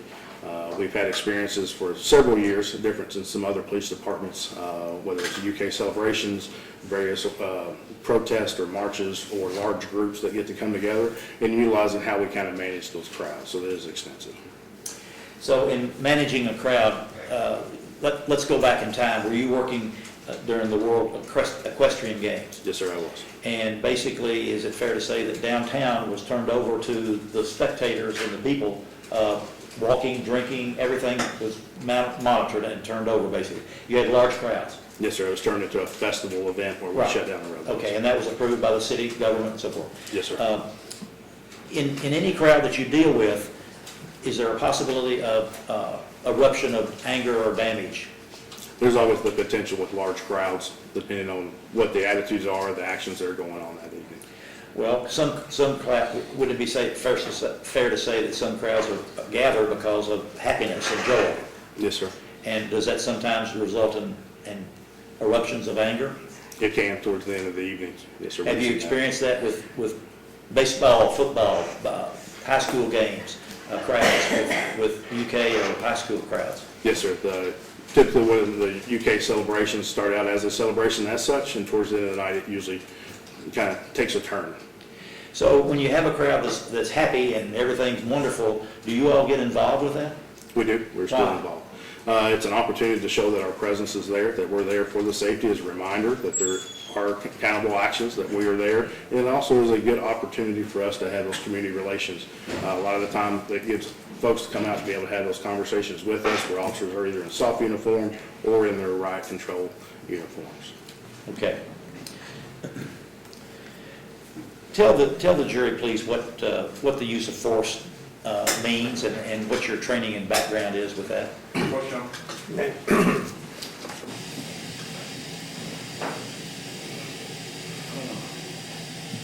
Yes. I'm just gonna make a standing objection. I know the rules don't allow it. I don't want to keep approaching and wasting time, but the whole point of asking for expert materials, documents, trainings materials, is so that when people get on the stand like this, I have an opportunity to prepare, to get cross-examination, see if I need experts. And this is just calling someone that has not written a report, hasn't given any information of the case, and then getting into the expertise of policing, expertise of riot gear, expertise of use of force continuums. That is expert So you're under the criminal procedure that you didn't receive a CV about officer, or I guess it's, what's the title now? Maynard. And Brian his Maynard. expertise in this regard as to all the police use of force and all other things he's going to testify. I don't know what, he didn't even do a report in this case. I don't know what he's going to testify to, but if he's just going to... Mr. Roberts? Well, he's going to testify basically to the use of force and what the parameters are, because one of the things that Sarah Taylor says, why are you using riot gear? We're peaceful. Why do you have riot gear? And it is a peaceful march, but suddenly they're yelling and screaming this. So he needs to be able to explain that to the jury. Now, So, go ahead, continue. so his motion would say that any police officer who's going to testify about why they do anything is based on training, so we have to give them a resume about it. This is not an opinion that this officer is giving about a set of facts. Okay. So he's saying that this testimony is relevant because apparently Ms. Williams, I guess, is this the night of the 13th when all this is supposed to come? Oh, it's all they were the in entire riot time, gear? the entire Okay, time. and that was part of the, reason why she escalated. I'm just trying to figure out why. Well, I don't know why she escalated, but I know what she was saying. Well, okay, but she was saying she's going to escalate, and partially it's because they were dressed in riot gear. Well, I don't know. You'll have to ask her that. I don't know. She wouldn't talk to This us. testimony should But not be, it's relevant to this. let me finish, Daniel. Go ahead. I know that they started off in soft uniforms, and then they had to bring in riot gear, and that's the common theme throughout these protests, is why are you here in riot gear? And you'll see this, you'll hear this, it's coming. And he needs to be able to explain why.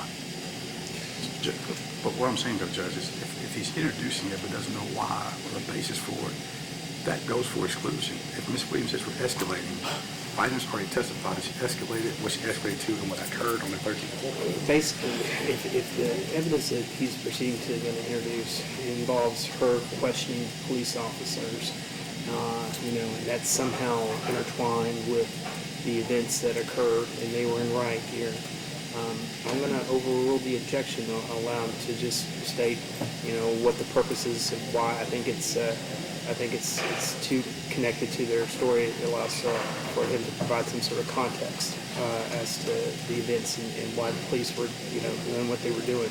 The same one with the barricades. I think that falls in the same line that I think it allows them to at least present their stories as far as context. So I'm respectfully going to overrule your objection. Okay. Thanks.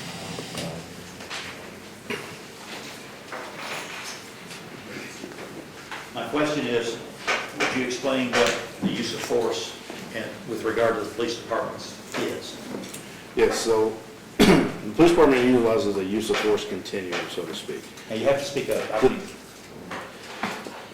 That's a microphone right in front. So the police department uses a use of force continuum. So on one side, it would be the officer's response, and the other side would be suspect, so to speak, or an individual that we are encountering. And the first level of that starts with officer appearance, showing up, identified as a police officer in uniform, kind of goes up, escalates into verbal commands, soft empty hand control, officer would go hands-on, hard empty hand control, and then it starts utilizing tools, various tools that are on our belt, OC, taser, baton, those more hard empty. Then it goes all the way up into a deadly force encounter where the officer would utilize their firearm. On the other side, verbal noncompliance, passive aggression, active aggression, where an individual is now fighting with officers is at the active aggression level, and then it goes up to, again, a deadly force encounter on that side as well. So between those two, the officer is responding to the threat of violence or the threat that is counter to their response, if that makes sense. So there is a continuum that we utilize to go through. So was riot gear utilized by your department with the officer? Yes, it was. And what does that mean? What's riot gear? So You riot- basically said it, but Yes, sir. So the riot gear is used to protect our officers. It's equipment that we utilize. It provides another level going up that what the soft uniform does not provide. The headgear, more of a ballistic vest, the shin guards, it's just another level of protection for our officers. okay.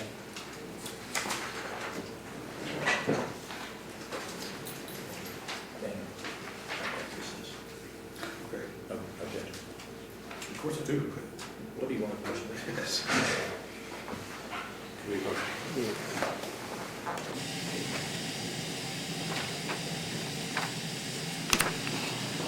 This is a photograph taken on the first day of the protest in front of Molly Brooks Bar, which is right across the street from the courthouse. And what happens here is that the crowd was out there and the police came down and they were pinned up against Molly Brooks Bar. I mean, absolutely pinned. And you can see heads of them here, which he can testify to. They were concerned about officer safety from the very get-go. And so that's why they started utilizing riot gear most of the time during these protests, because this crowd was coming right up in their faces. And so I'd like to be able to introduce this photograph, which you'll say he wants for. Well, it's not even relevant. Ms. Williams is not in the photograph. They're identifying Ms. Williams as enticing or inciting these people to engage in conduct. In addition, we're here to determine whether or not on June 13th, what occurred, that was riot. We don't actually know the date of this picture, and we understand they put riot gear on, and Sarah Williams says, why do you have riot gear on? But that's not the true issue of this case. The issue of the case is, did she entice people through unnecessary language to engage in violence? That's what rioting is. I mean, let me just ask you, Mr. Roberts, do you know when this picture was taken? Yes, sir. I When think it was was it the taken? 31st of May. May 31st? Yes, sir. It's Who my took it? understanding. Well, I don't know. Well, but I don't know if it's been in it's a police department photograph, and he can testify about it. They have it. All right. This is not an isolated case, Judge, of the 13th. It has to show why the police did what they did. And on the 13th, at a die-in, which he's saying is peaceful, we've got officers surrounded them with riot gear. Why would that be on the spur of the moment? So if we put this case in a thumbnail capsule, then that's not proper. Well, I mean, Judge, legitimately the actions, and Officer Reinberg testified to it, the basis for the rioting was what occurred. We talked about that. They called him as a witness. The issue of why they have riot gear on, I think it's going to confuse the jury. We're not here to determine why the police have riot gear on in the protest. The issue is, on the June 13th or 14th, June 14th, did Ms. Williams use her words to incite people to engage in violent conduct? Let me just ask Mr. Roberts a question. were police in riot gear uniforms on June 13th and 14th? I'm not sure these were, eventually, that they did respond. On 13th? Yes. You were pointing at that picture. That's not you were pointing at the picture. Yes, they were in riot gear. Okay. Absolutely, they were in riot gear. But the issue is not to impeach Ms. Williams' statement on everything that she says. The issue is, did she engage in, I butchered the word, but tumultuous, there we go. Tumultuous behavior, right? And violent, Right. engage in violent conduct. Certainly that's the ultimate question. But again, I think that I've got to give him some latitude as to providing some sort of context. And the context involved here is, why did they feel it was necessary to put police barricades around the department, whether reasonable or not? Why was it, in their belief, if they were wearing, I'm hearing that they were wearing riot gear at the time.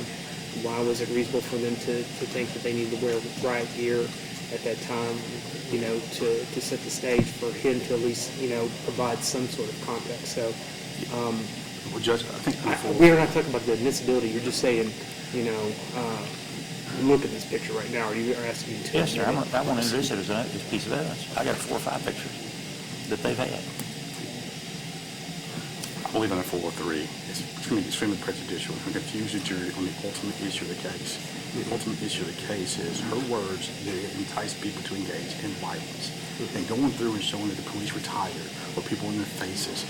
The question is, what violence occurred, and on that day, what did she ask them to do? If I can supplement Mr. Whitley, it seems to me that the Commonwealth or the county is attempting to place blame on this defendant for every single thing that happened downtown. That's not true. And they repeatedly say she didn't do that. But they repeatedly keep trying to bring it in and talk about Antifa, which, if I'm not mistaken, she has absolutely no Well, affiliation with. you all So, withdrew your objection on the Antifa, so let him answer. So, but I'm gonna note that the evidentiary laws are presumptively inclusionary.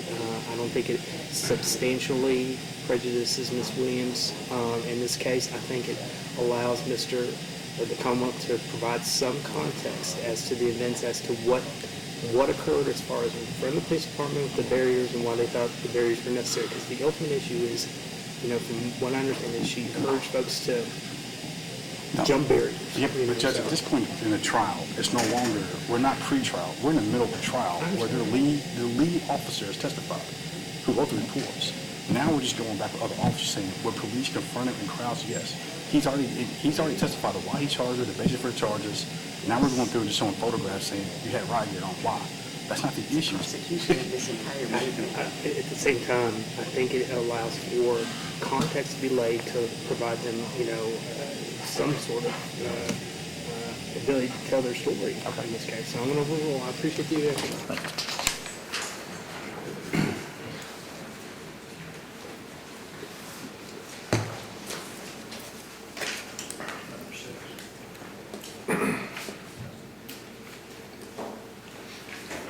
I mean, I hand you a photograph which I've marked for identification as Commonwealth Exhibit 6. And ask you if you can tell, if you're familiar with that photograph. Yes, sir, I am.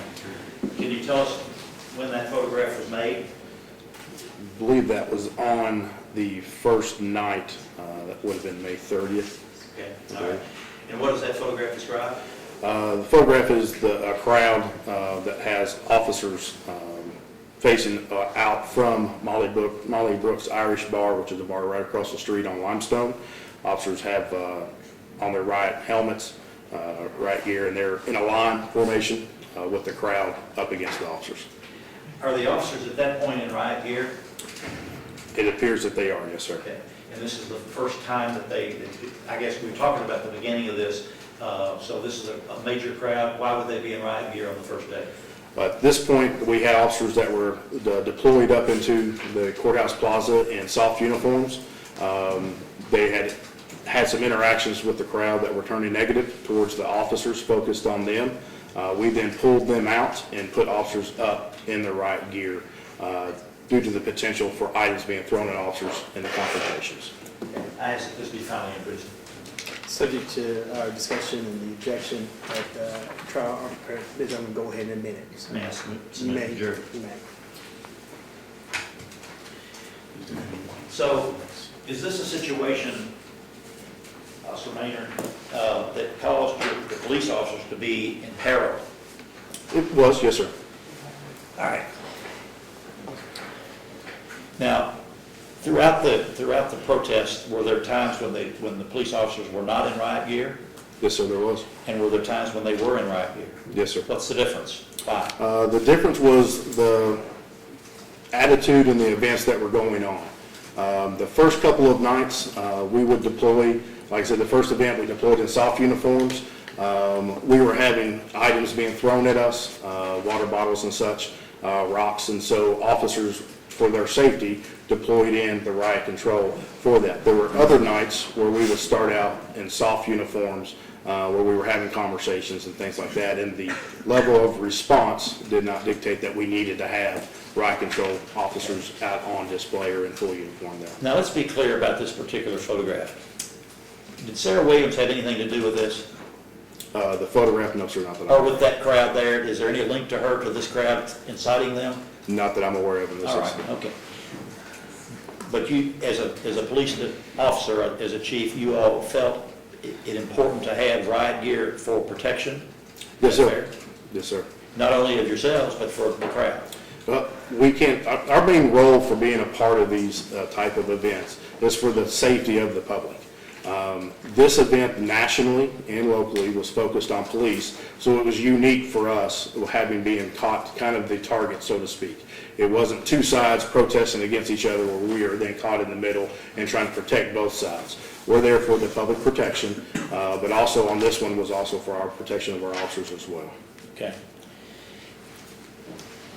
Was there occasions in the crowd, when the crowd was up against the officers that day and even any other day, where people were spitting on the officers? Yes, sir. You were aware of that? Yes, sir. Okay, well, so they were close face to face, Very close. like we see in this photograph? Very similar to that, if not closer on occasion. And was that a repeated thing throughout that 13 days or 14 days? It was for the first couple of nights. The interaction with the officers and several of the protesters were face-to-face.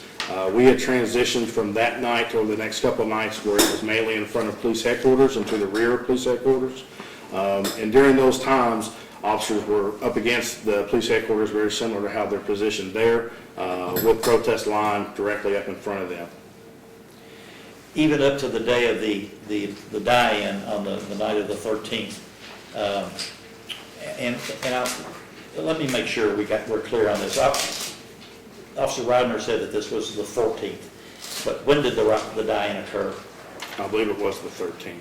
Was it late at night? It was, yes, sir. And then the arrest occurred after midnight? The 14th? Yes, sir. Okay. It all kind of runs together, but I believe that's all right, accurate. all right. Okay, so at times when the crowds were there, and even when the police were in, particularly when the police were in riot gear, was there evidence by you knowingly seen about taunting of the police officers? Yes, sir. There were several Explain acts that. of taunting, trying to provoke officers. You may, hold on.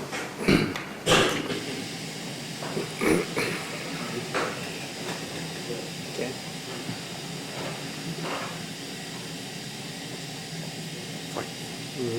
We're not putting, and I'll object to relevance, we're not putting the act of trial, protesting on trial.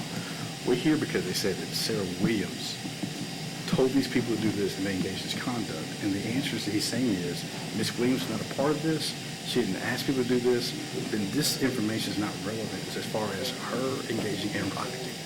We get it. People were protesting, people were doing things that are outside of her, but I believe also it's 403 because it's going to mislead the jury. They're going to actually believe that Ms. Williams was a part of this or certainly played a role in this, and it has to be direct tied to Ms. Williams. Oh, well, it will be. And he's got the videos where we absolutely show that she's taunting. She is taunting the officers. I feel like I'm in a twilight zone, no disrespect, but we're saying it will be. And the officer's answering questions. In his opening, he says Ms. Williams is engaged in conduct. The officer testifying to say Ms. Williams is engaged in conduct. This assistant chief just says, no, Ms. Williams didn't ask this conduct. Well, He keeps saying it will be. Ms. Williams said what? He said what? That she asked people to spit on officers, do anything to officers. He didn't say that. Well, that's my point, though. If he's going to testify, he needs to be saying, Miss Williams did this, not a crowd of people did this. She has to incite those people to do that. There's no connection to her. It's really prejudicial because the jury's going to start believing these officers treated this way at the behest of her. None of this is about her. I'll make it very clear that we will have, and he can testify that Sarah Williams did these things. And I've got officers with tapes coming, which he knows. I mean, I don't know this. because we've turned it over to you. We turned all of the body. Turn over all discovery when we're in the middle of the trial. You're not doing all discovery. I don't know if he's saying that there's going to be officers that testify that Ms. Williams was engaged in taunting, Right. That's of not other against the law. officers. But, and that isn't against the law. And you can bring that on cross. I think that I'm still going back to the context whereby, it's material to their case that the police barricades were put up around the police department. And I think it shows some context of what was occurring for the first 13 or 14 days. So I'm going to, again, I don't think it's substantially at this point, substantially is prejudicial to your client. And I think that you can, clean these issues up on cross, which I know you will. What the point I'm saying, though, Your Honor, we keep saying put this case in its context. You made that ruling per trial, before the trial. Context as far as, why, the police enacted what they did. And this material case as to, why they had the barricades up. And I assume that there's going to be some, and you can tell me that part of this, the reason why there's barricades and the police were on one side and another was that they're engaged in this type of behavior. Is that what you're saying? Yes, sir. Okay, I'll put on the record. Yes, sir. This court was concerned about the makeup of the jury. Now we're getting into this policing and why they put a barricade up after the lead investigator who made the charges, arrested Ms. Williams, and gave us accounts of why he charged her. Now we're bringing an assistant chief to say, well, we had riot gear on. Well, that officer had testified that they had riot gear on. Oh, well, we did this because it's escalated. The officer testified that it escalated to them lying down on the sidewalk. There has to be more escalation than just we're learning the case. Their theory of escalation and tumultuous behavior is one, as far as evidence I've heard, is they crossed a police barricade lane down. Is that good enough? I don't know. We're getting to this crowd. That's why we have a novel, and you have chapters in the novel. 401, 402, 403, I'm going to respectfully overrule the objection and allow him to continue. Thank you.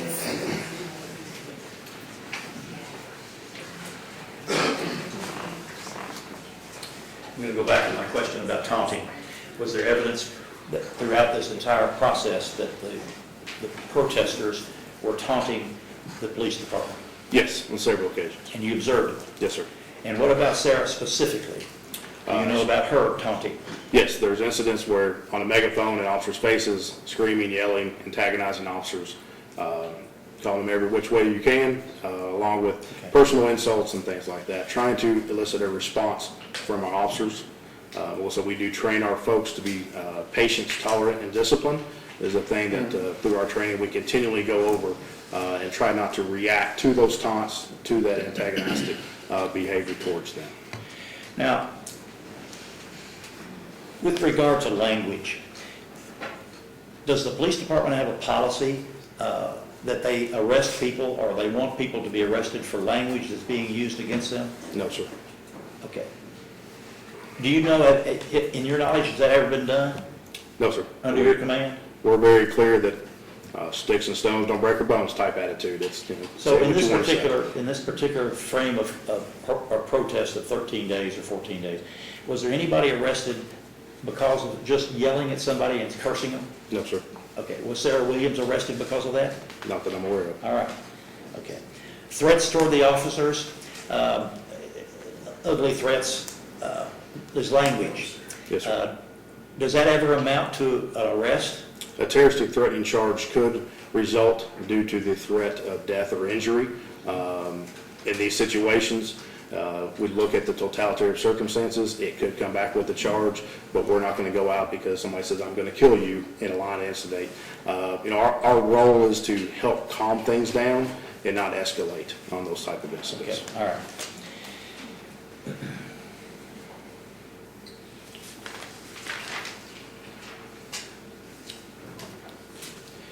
Did you make attempts yourself to talk to Sarah Williams and to try to offer help from the police department to manage the protest?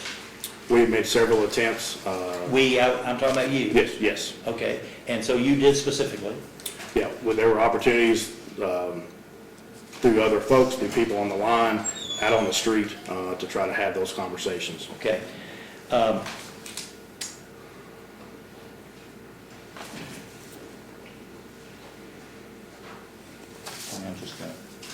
I'm going to approach the bench, please.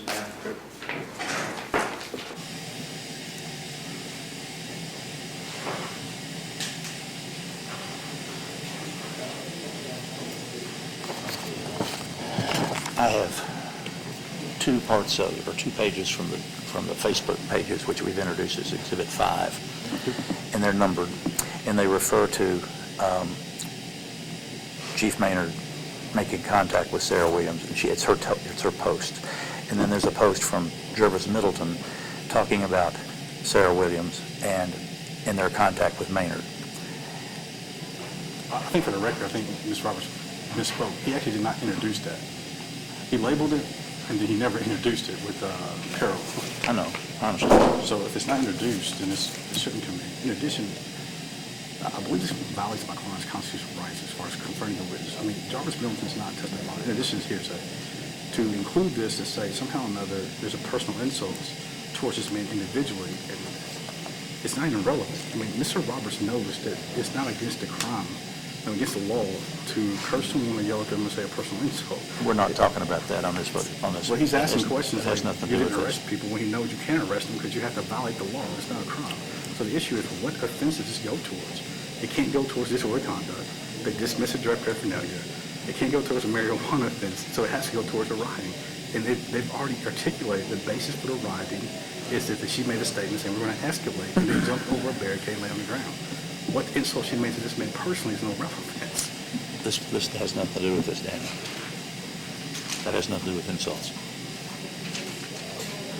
What is the purpose of, what are you seeking to do, Mr. Roberts, by introducing this? I want to show that this police department tried to help her manage this crowd, and she absolutely would not take that advice or help. She did not want it. She wanted it to be a chaos. Okay, so then they should charge her with the violation of the protest statute, not maybe offered help. In addition, that's not relevant. Well, it is relevant. It goes to mindset of what ended up on the 13th. And you've already ruled that we can introduce statements that she's made from the 13th or from the 1st all the way up to the 13th. And this is definitely a statement that's negative. And this is how did you obtain this? Is this through her phone? No, that's her Facebook. That was on her phone, but we were able to, and we've introduced the whole thing. There's 4,000 pages of it. No, we did not introduce that. Well, hold on just a minute, Daniel. I try not to interrupt you, so can you just wait? So, like a medical record, Judge, if in a major trial of a medical record, you would introduce the record. It wouldn't go back to the jury, but you could take parts of that medical record to then introduce on the specific points that are important, like the broken arm or what the patient said. That's what this is. Judge, first, that last exhibit where Carol was on the stand, they never moved to introduce that. He labeled it. They never introduced that as an exhibit. If they introduced that, I would have had a bunch of objections on 4,000 something records coming in that contains who God knows what. I made my objection. He went back. He asked some separate questions. He labeled it, but they never moved to introduce that as evidence. So I objected that it was even introduced first. Second, the whole reason why I filed the 404C and all these notices is to talk about what other acts, what other crimes we get into. This court limited to actions that occurred south of Christian Church. You were very clear what we're getting into, and now we're getting into someone was spit on. That was not a part of their basis for that notice for prior bad acts. Okay. Let me just make sure I'm understanding. Who is saying this? Sarah, well, I can't read it. I'm not understanding. I'm just trying to figure out who is saying what. This is Sarah Williams' text. Okay. And that is authored by Sarah Williams? Yes. He's going to testify to that? What? How does he know that? How's he know it's authored by Sarah Williams? It says Status Police Chief Maynard. Well, it's got our code there on the front, right posted. You see posted right above that? That's her code. I'll put on proof about that. But Daniel knows that this is her Facebook, Judge. And this author says evidently spoke to someone's friend he managed to cooperate. That's Sarah saying that, it has her name right above it.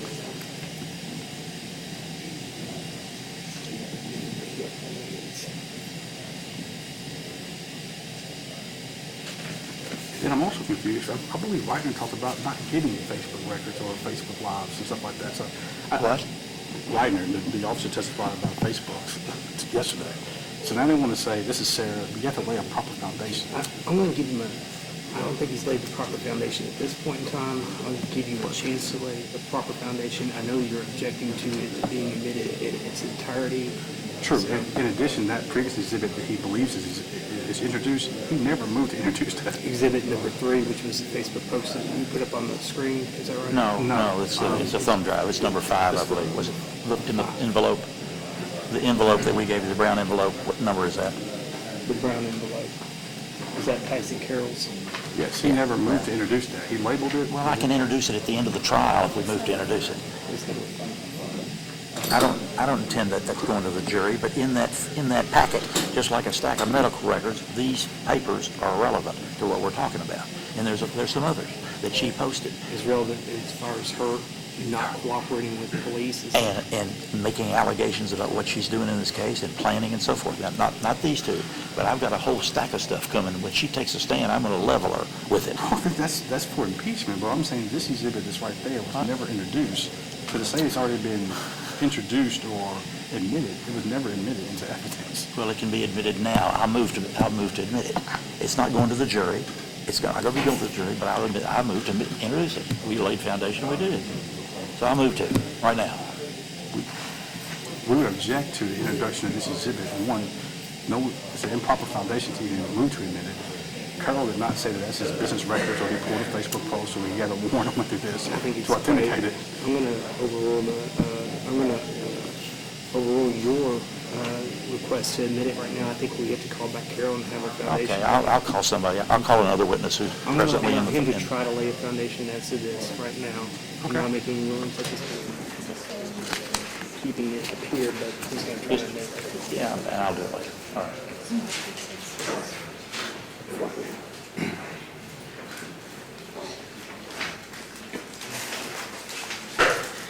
He's got the foundation on.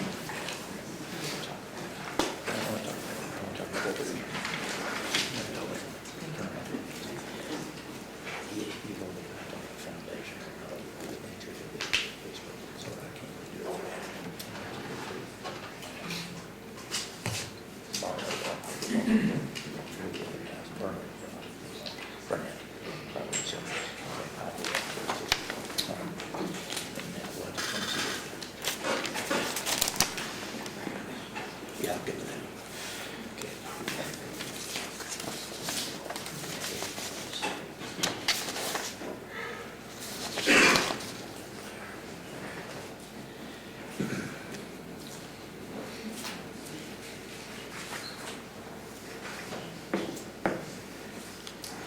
You talked about the barricades, that is a definition. What did you utilize the barricades in this case for?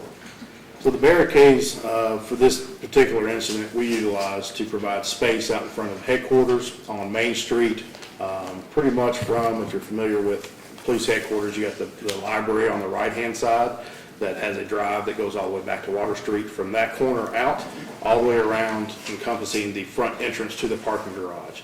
So to give a pretty wide space in front of police headquarters, and at the back of police headquarters, there's the exit, the 2 lanes that exit from the parking garage. So from the corner of the rear of police headquarters all the way around, through 3 or 4 of the concrete barriers for the parking in the back.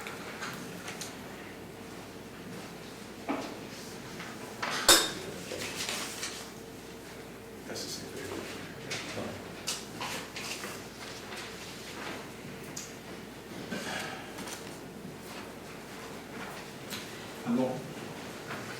I'd like to address this with you.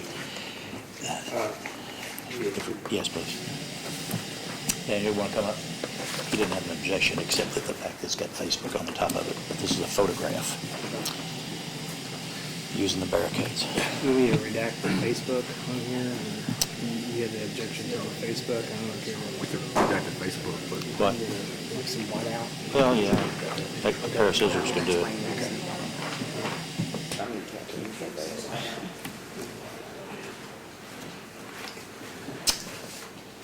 Okay.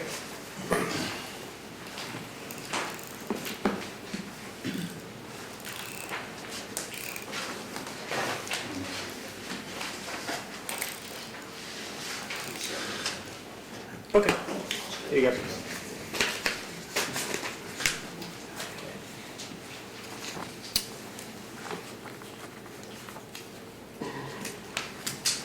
I'm going to show you what I've marked for identification as Exhibit 7, identification purposes. Seven.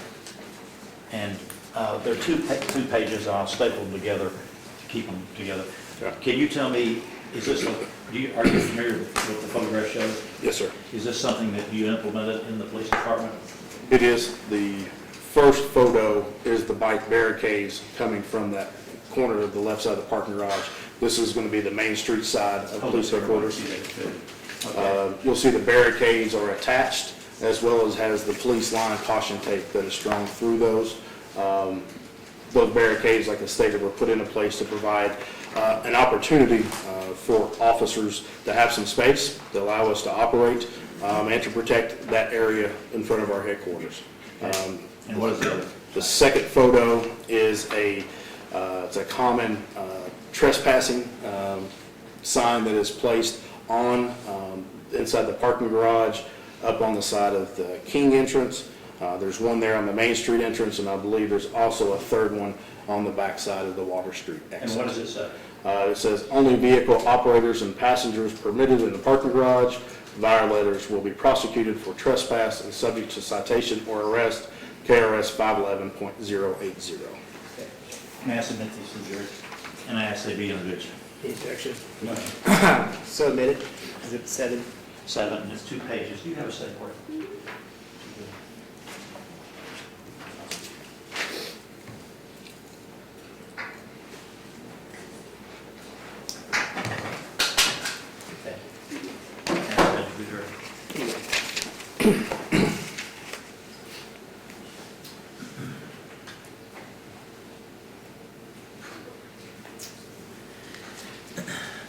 So, were the barricades, the bicycle barricades, put up 24 hours a day? No, sir, they were not. Why not? We were not having issues around the clock. Typically, they were being placed out about 5 o'clock each afternoon until the protester events were done each night. Okay.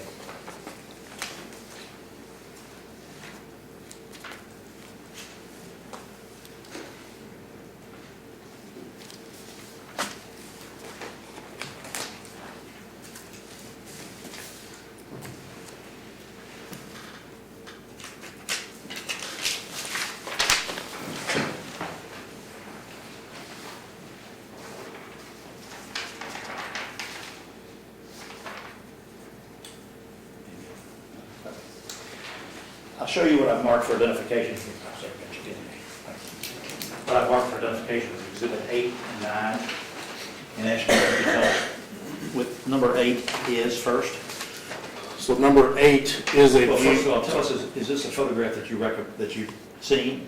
Yes, it And is. does it show actually what happened during early evening hours on any particular day? Yes, sir, it All does. right, tell us what it is.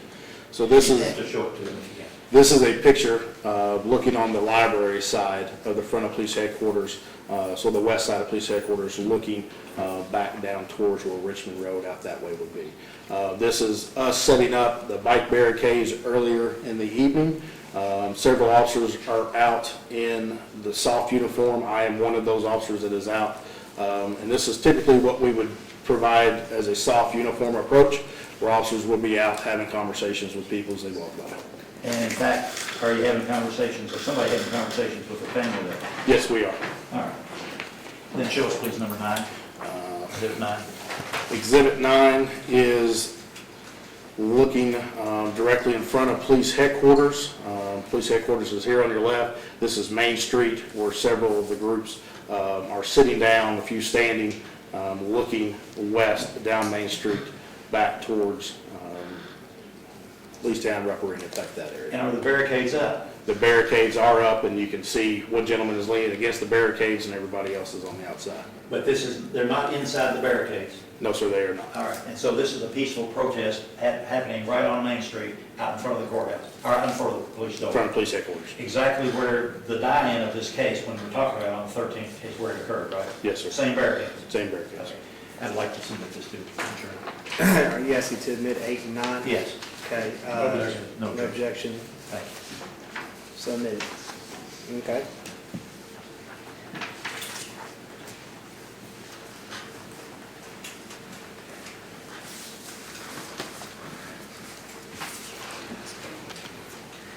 What are the barricades for? The barricades were utilized to provide space and distance. I had initially talked about the officers being up against the wall. There were several issues that we were having with that. We did not have a lot of space to interact.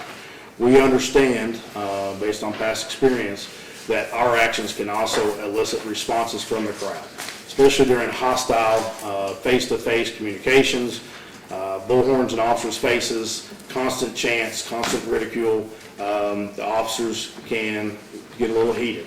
We rotate our officers out to try to give them breaks, so it's a new face coming in. There were certain officers that were being identified by the crowds, being picked on, being targeted. We did not have a lot of space that second and third day to remove folks out. It also provided a barrier between the protest groups and our officers, which allowed our officers to relax a little bit. Like I said earlier, we know that our actions, and we have seen other departments that were, their actions caused a negative response during responding to these protests. So by providing that safe distance and that separation, which was also during the time of COVID, we can remember, having a face-to-face interaction allowed our personnel to relax a little bit during a very stressful, tumultuous time, and allowed us to also safely move officers in and out. And it also provided that distance and protection in front of police headquarters and the rear of headquarters. All right. In the course of this protesting, was there damage caused to anything belonging to the police department? Yes, there was. Tell us about that. Do we approach on? You may.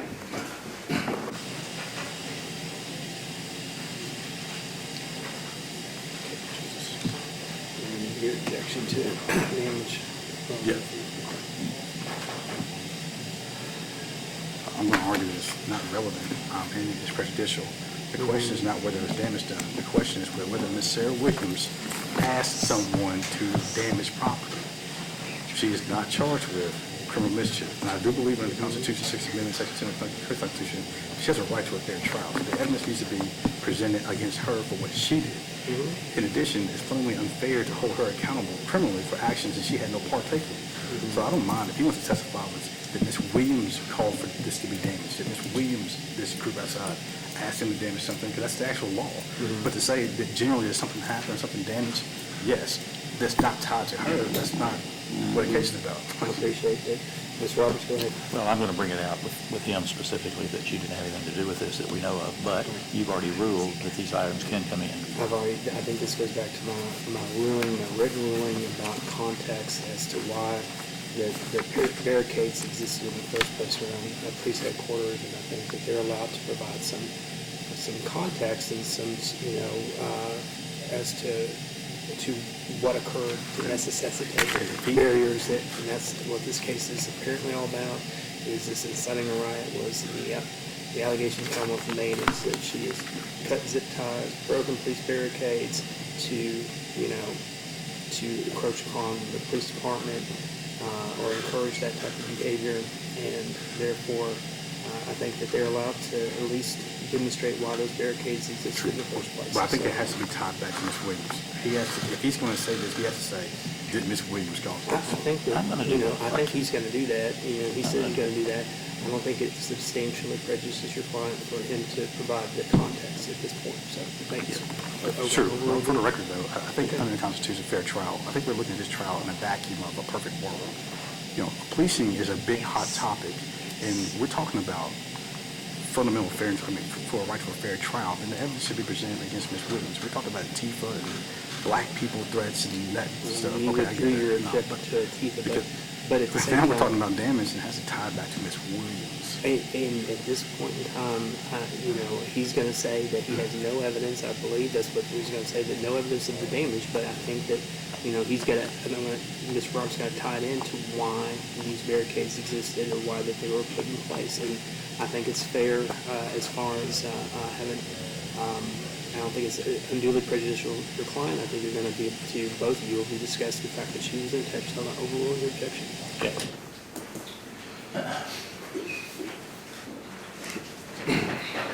I'll go back to my question. Was there damage to the police, any part of the police department or its facilities? Yes, there was damage to police headquarters and to some of our cruisers during this event. Okay, I'm gonna hand you what we marked for identification as number 10 for the Commonwealth.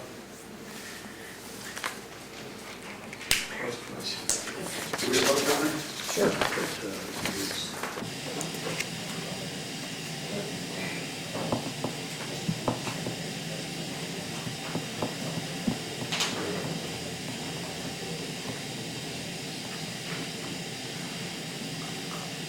I think on the record, I think it was conditionally admitted on the basis that he said that Ms. Williams caused that damage. He said he's going to ask that question, and he moved on to the next part. So I think if he's going to do that, he should ask that question. He said he would just now. I'm going to ask the question. I'm going to talk about this door being bashed in. And I'll say, did she do it? We don't have any proof of that. I don't disagree, but this, on the last piece of evidence, you said you were going to ask him that she causes damage. You didn't ask that question. Okay, well, he's going to ask you now, so Yeah. go ahead. I'll show you what's marked for identification as Exhibit 10 and ask you if you're familiar with this photograph. Yes, that Now, is, just play down. Is this part of the police department? yes, that is the front door to the police department from Main Street entrance. And was that police department door damaged? Yes, it was. With what? Several rocks were thrown into the door. Okay, so is this a fair and accurate photograph of that damage? Yes, it is. And you saw the damage? Yes, sir. All right. I move to introduce number 10 as the next exhibit. And may I submit to the jury? Subject to the objection, but at the same time, Mr. Roberts, I thought you were going to ask a question. I'm going to. So why don't you ask the question before we Okay, admit it? all right, fine. Did Sarah Williams, to your knowledge, have anything to do with this damage? We have no identification on any suspects. Okay. Okay, so then, May I submit this to the jury? for our conversation, I'm going to allow for the introduction of that exhibit. Yes, thank you. And may I submit it to the jury, please? Yes. Thank you. Was another window of the police department damaged? Yes, it was. And where was that under? That is the window to the right of the front door. It kind of leads into our reports desk area, the large 3-pane window that you see from Main Street. And what happened to it? Rock was thrown through that window as well. Was it destroyed, the window? Yes, it was. Okay. Does Ms. Williams, to your knowledge, have anything to do with that? Not that we're aware of. All right, okay. Now, was there damage to a police car? There was. Explain that, please. At least on 2 different occasions, cruisers were caught in the traffic control area that I had spoke of earlier, where we would try to get out in front of the crowd to move traffic both out of the way and to protect their safe passage. On occasions, the crowd would come up, and either one occasion another vehicle had gotten trapped in between the crowd and the officer got out, helped that vehicle get out, was not able to move their cruiser in time. And that time the crowd then encompassed that car, got up on top of the car and started jumping up and down, causing dents to the hood, scratches on the side of it, and broke some antennas off. Okay. What was the amount of damage for that? I believe that damage was about $5,000. Okay. Did Sarah Williams, to your knowledge, have anything to do with that? I don't believe she was the one jumping up on top of the hood. No, sir. Okay. Well, we know she wasn't, right? I mean, there was a video of that, right? And so she did not participate in that you have any knowledge about? Correct. Or instigated by somebody? Not that I'm aware of. Okay, all right. But did that cause you concern, damage to a police car, major damage and damage to the front of the police station twice? Did that concern you about taking better care of the police department? Yes, sir. Why? We were seeing issues across the nation on several protests where police departments or headquarters were being severely damaged, and that is our operational efficiency. That's where we operate out of and utilize our cruisers for response to various calls throughout the city. Were you aware of, this is a silly question, I guess, Were you aware of what happened in Washington 6 months earlier at the Capitol? Sean? Yeah.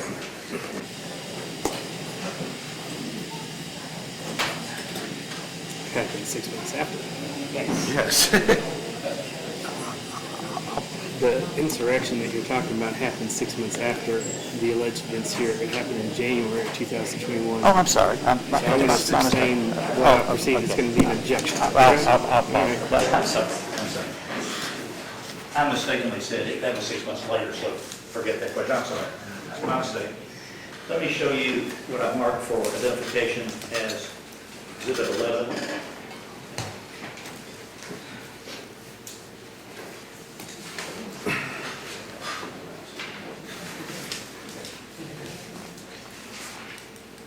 Could I have this taken together, please?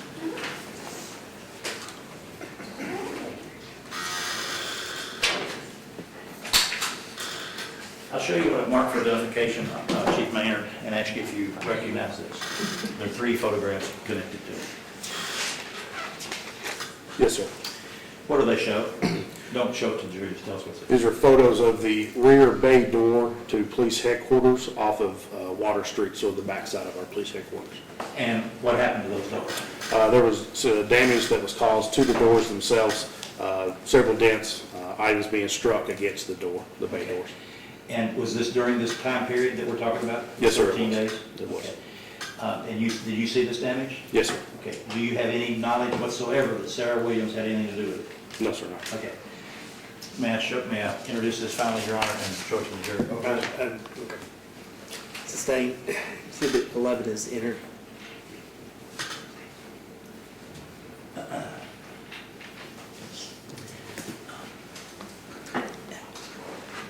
The rest of my stuff, I think, Mary, has to do all with Facebook. So we're not going to write anything else.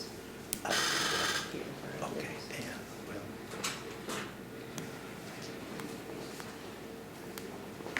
I didn't talk to him about it, but I know we could do it with him.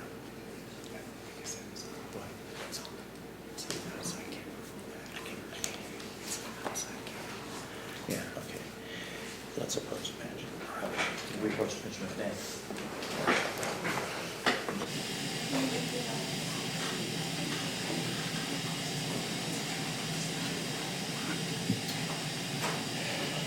We have an overhead video of the police department camera shooting down, straight down, and we have camera video, two videos, they're tiny clips, that show the gathering of the people at the lie-in, and it shows clearly Sarah Williams and also April Taylor in those videos.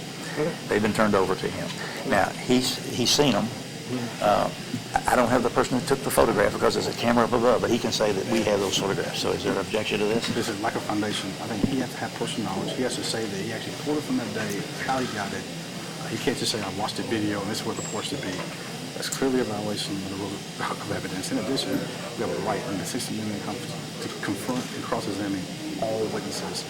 And if I want to question a person on if it was the right day or a different day, I have that right. That's why that witness should be the one that pulls it. I mean, do you have a witness who can tell you how the video was pulled? He can. Well, he can tell you about the video. I mean, he can say, but The objection involves how it was gathered, right? So I think that's what we're asking is does he have the information as to how the video was gathered? well, I don't know that question. Well, I think you have to lay a foundation as to how it was produced and gathered before it can be displayed. Well, did we have to do that on the photographs that we just introduced? Well, I mean, What's the difference? What's the difference there? It's part of the police department's evidence. We've turned it over to him. He could say, this happened, I saw it, it's actually, I'll verify this happened.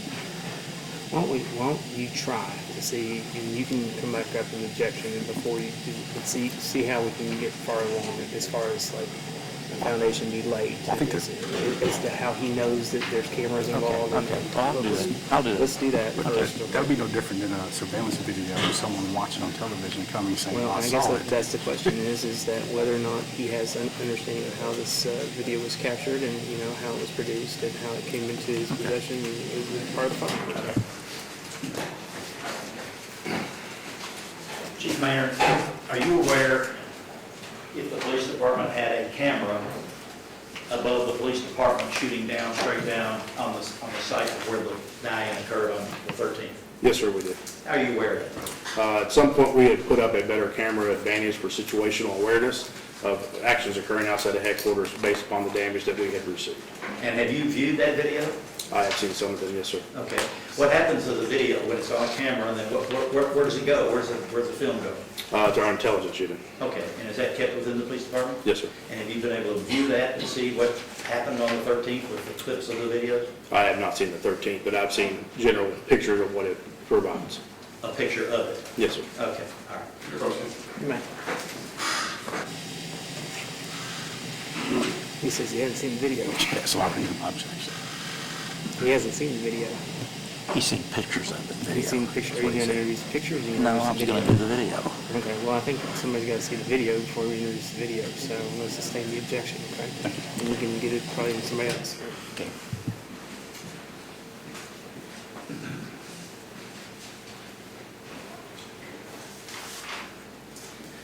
That's all the questions I have at this time, Your Honor, with subject to recall of this Okay, witness. sure.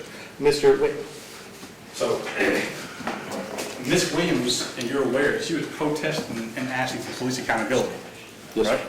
right? One of the hot topics was the fraternal order of police. Do you agree with that? Yes, Are you a member of the fraternal order of police? I am. What role do you play within the fraternal order of police? I'm just a member. I don't have any role. Have you ever been a president, treasurer, any other capacity as elected official in the FOP? No, sir. And one of the things she was talking to or advocating for was preventing police officers from having private security firms. Do you agree with that? I think that got brought up, yes, sir. Are you a police officer that owns a private security firm? I have a part ownership of a company, yes, sir. So then, one of the things she was advocating against was your financial interest. Do you agree with that? I disagree with that. So she was impacting how you make money. I don't think so. No, sir. Okay. So then, as she was asking for and asking the mayor to prevent police officers from having, I guess, side security businesses, did she ever personally go towards you about that? I'm sorry, Maybe repeat that. statements towards you about your private security company. Did we ever have a conversation, or did she make statements towards me about? You owning a private security company, you didn't police officers. She may have. All right, so putting this in the lens of your investigation, you said you're an assistant chief? Yes, sir. You're testifying today, correct? Yes, I am. Are you aware that typically police officers who are part of an investigation write reports? Yes, sir. But I have no reports. Did you write a report in this case? No, sir. Why? My role was more of a peripheral. I did not make any arrests. I did not provide any type of assistance during the arrest. Mine was setting up resources, doing more of an administrative role. Well, I'm not really familiar with the administrative role. You said you didn't assist in the arrest. Does that mean you didn't give directions to make an arrest? I did not know, sir. But you're testifying. I'm testifying for questions that have been asked of me, sir. You didn't instruct other officers on what charges should be placed on this one. Would you agree with that statement? I did not. You're an administrator, correct? Yes, sir. All right. You all introduced photographs, I think the jury saw them. I think the question was, did Ms. Williams play a role in this? You agree with me if your answer was no, correct? In the role of the questions that were asked, yes, sir. The damage to your department. Correct. Your answer was no, she played no role in that. You agree with that? Yes, not a suspect. And when I say not a suspect, it means you had no information she played a role in it, right? She was a part of the groups at times that were down with causing some of the issues, some of the damages, some of the items that were being thrown, but a direct result, no. No. This dent in the back of the police, I guess, department, you're saying there's no videos back there? I'm not sure at what point the video was put back there. You're saying that there were no officers during this time period to see anyone damage the police headquarters? Officers had their body-worn cameras on. Yes, So sir. that no one captured who actually damaged the property? Well, I think we identified an individual that had caused one of the incidents, but we're not able to identify them particularly by name for a charge. I'm not going to ask some silly questions, but as officers, your officers make tons of arrests every day. I wouldn't say tons. A bunch of arrests every We day. do make arrests. We're a very decent-sized department, so arrests are made every day. When you make arrests, there's some time to time when people you arrest that get angry. Yes, sir. They say things towards the police officer who arrested them. Yes, sir. So when you're talking about the damage, you really can't tie in the damage to any protest. You don't know why they damaged your property. It was part of a protest, but specifically why, I did not talk to that individual, so I couldn't tell you why it struck the rear of the part of that garage. You arrest people for domestic violence. Yes, sir. Sometimes you make an arrest impacts other people's lives. Yes, sir. You had no idea what the motive was and this damaged your police department. Yes, sir. In addition, I guess right next to the police department is the library. Would you agree with that? It is. Now, you're aware that the library has a lot of people who don't have, I guess, homes. Would you agree with that? There's a number of people that come visit the library. I didn't want to say the word homeless. I don't know the correct word to say that, so I said without homes. We'll say Without homeless. marginally homed or? Homeless. Sure. Those individuals downtown also have mental illnesses. There are people that are downtown that have mental illness. And Yes, sir. from time to time, you have to go either through drug use or whatever it is to help calm them down as they're manifesting their mental illnesses. Yes, sir. So when I talk about people damaging your apartment or throwing rocks, you have no idea exactly who threw the rock through your window. That is true. I don't think any suspects were identified. All right. So you're just introducing this evidence to say Ms. Williams didn't cause any damage. That's what she just did, right? I answered questions that were asked of me, sir, To sum it up, though, you're saying to the jury, Ms. Williams didn't cause any damage. that we were able to identify her as a suspect. Correct. All right. There was a time where I guess protesters were antagonizing police and yelling at police. Yes, sir. And these protests, it's not a general protest, there's a protest about policing. Would you agree with that? This one was, yes, sir. So it's more geared towards police. I think sometimes, you all talked about heckling or yelling or cursing. You didn't make any arrests for that, right? No, sir. But you didn't make any arrests for that because that's not against the law, right? That's correct. Now, last year, I think y'all tried to pass a law to say, not y'all, but there was a law in this that would say, yelling and cursing police officers arrested. Right? I don't pass laws, sir. I know that. People that were on the board, but that's what you're asking for. I did not ask for that. No, I sir. know, I'm picking with you. I know you. But the fact is, you didn't make an arrest because you couldn't make an arrest because it's not illegal. Correct. All right. But had they made a threat towards you, like I'm going to kill you, that's arrestable. It can be, yes, sir. Yes. So in this case, though, are you aware of Ms. Williams' charges? Vaguely, yes, sir. Well, then, I mean, I guess you participated in the administration part, but you're not telling the jury that Ms. Williams was arrested for, I guess, menacing or threatening people like that, right? Correct. All right. I think you also introduced some photographs of this barricade. I'm going to give it one to you. Thank you.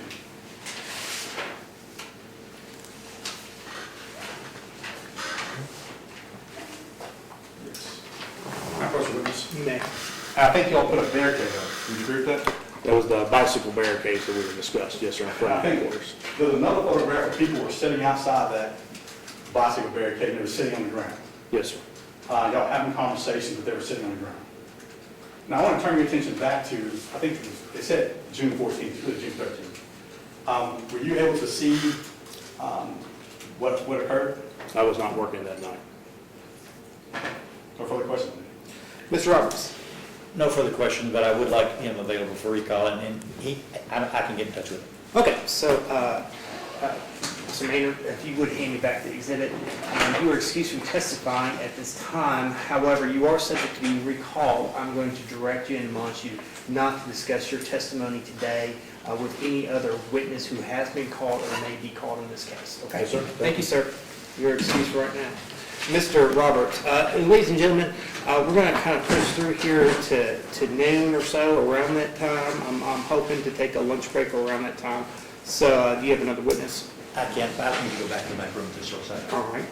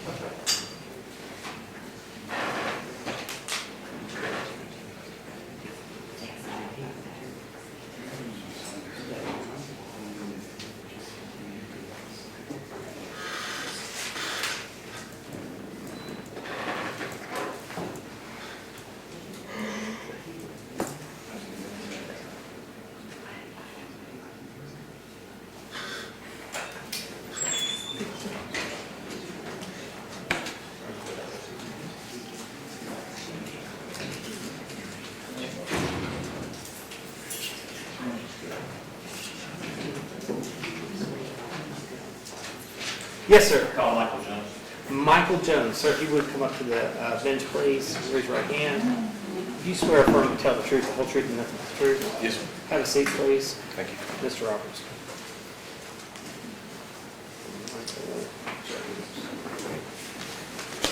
Could you state your name, please? Michael Jones, sir? You're a police officer? Yes, sir. How long have you been a police officer? 8 years, sir. I'm sorry? 8 years? That's a microphone right in front of you. Yes. So will you speak toward it? Yes, sir. Were you involved on June the 11th with the protesters in any way?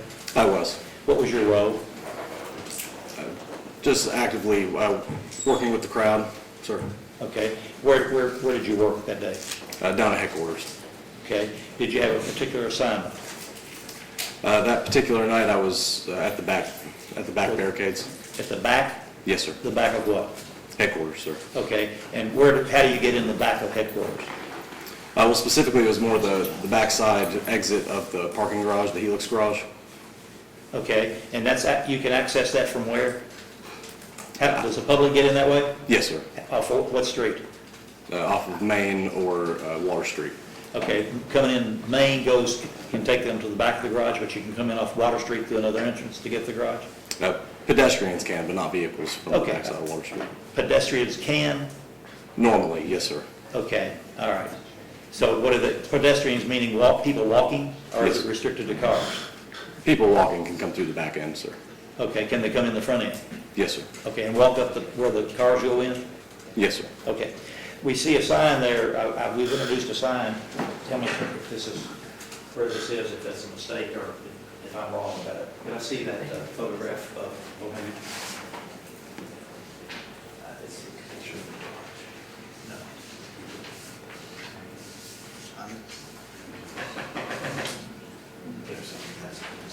I'll show you what I've marked for, well, it's been introduced as Exhibit 7.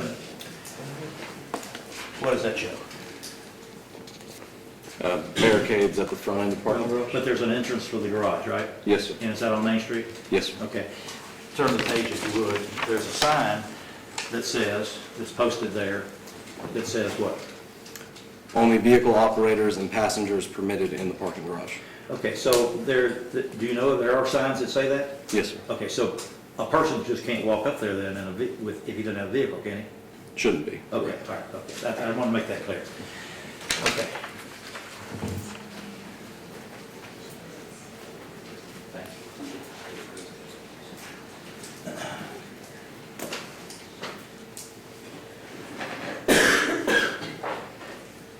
Body cams, right?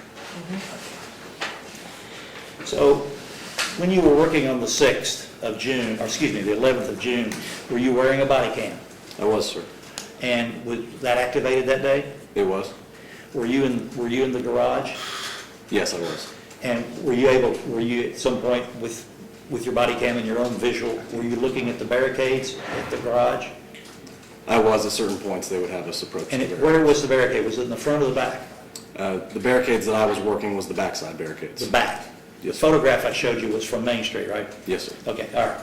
Tell us what happened when you were, with regard to the protest, and we're talking about this particular case. Tell us what happened with your involvement, what you observed. At that point in time, we were trying our best to de-escalate the situation with the crowd. So we were not engaging with them as much as we possibly could. However, we were having issues with them pulling the barricades up. It was made clear to us that we needed to engage if they were either tampering with the barricades or crossing over them, which a handful of times that night, I don't believe they crossed over, but they were lifting the barricades up and disassembling them. Okay. But we also have the thing. Can I approach the bench a minute? You may.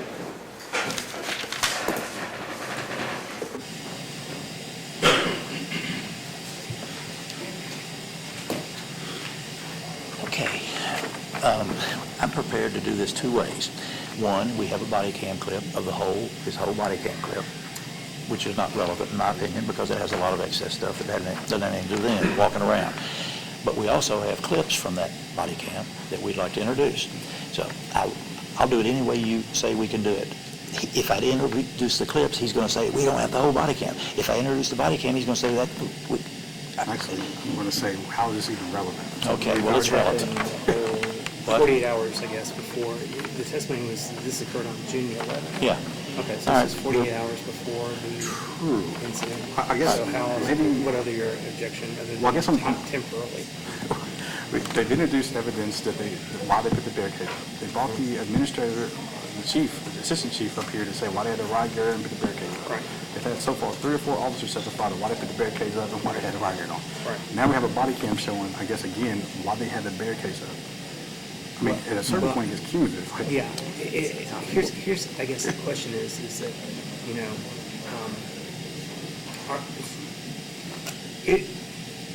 I've allowed you to introduce the evidence as to establishing why barricades were necessary. Is this further evidence of why barricades are necessary? Yes, sir. It's Sarah Williams yelling, Lawrence, you better get your whatever it is together, So this also because we're involves going Miss to go, Williams. we're going to make it to Southland Christian Church, and this shit ain't going down neither. Okay, so you're saying that this involves Ms. Is that Williams? funny? Is that funny? Williams. Okay, well, wait and see. We'll see if it's hilarious. What I'm saying, though, is they've already got the conclusion through Reitman. So Reitman testified of what happened that day in the conclusion. They jumped the barricade, lay on the ground. We got that testimony out. All right, so we know what the conclusion is. He also testified what happened in Southland Christian Church. We know what the conclusion happened there. So we know there's no violence, no violent conduct. Now we're going back to say, well, she said this, but there has to be a tie into I think some so. sort Well, of... apparently, you know, if this is, the body cam that you're seeking to introduce is not only messing with the barriers, is that right, but also her statements. Is that right? Is that what he's got on the Well, body cam? you see the garage barrier. What's these clips going to show? What? What are the clips going to show? The clips will show the barrier with the people there, and it'll show directly Sarah saying at 2:25 to 2:37, Lawrence, you all best get your whatever it is, because this is not going down on Saturday. If they make it to Southland Christian, they ain't going to get going down there either. People are going to stop it. If that's what it says, then I think that, you know, I appreciate the 403 objection. It is noted. This is cumulative in nature. I understand that your objections in that regard. However, I believe this goes to her intent and statements that she's made to escalate, which is, you know, comes up to the ultimate issue. And, you know, I appreciate the cumulative objection. I get that. I don't find it substantially prejudicial to Ms. Williams. I'm going to allow him to enter. Can I supplement one thing? Sure. We all know that what happened at the church was speech, which is not a crime. So we are again putting this cloak of criminality on Well, statements I don't know about that, because I think that the evidence was is that he was, you know, apparently that he was physically, at least they're alleging he was physically touched. I think Is they that- allege that. I think it just went a different way. It happens all the time. Well, Have you seen the video? No, I haven't. Yeah, okay. I figured. So here's what we're gonna do. I note the objection. I'm going to allow him to pursue the video, and that's something else I wanted to say. Well, do you want the whole video, or do you want a clip? I've thought about this with your standing objection. What I'm going to do is sustain the objection as to the totality of the videos. I think that's only relevant as to what is played in court. So, and when we come back to, if they want to view any video evidence, I think that they're going to come back in the courtroom and just show what was played, okay? So I'm I agree. sustaining the defense objection as to the totality, okay? So- Right. Well, my question though to you is, do you want us to introduce the entire video? No. Or have it marked? No. Okay. No. Okay. that's Unless you fine. want to introduce. No, the I entire don't. thing. I don't want to. That's part of your case. But if you want to do the clips, I think that Okay. I'm going to overrule Right, and do the very good. clips. That's what I want. Okay.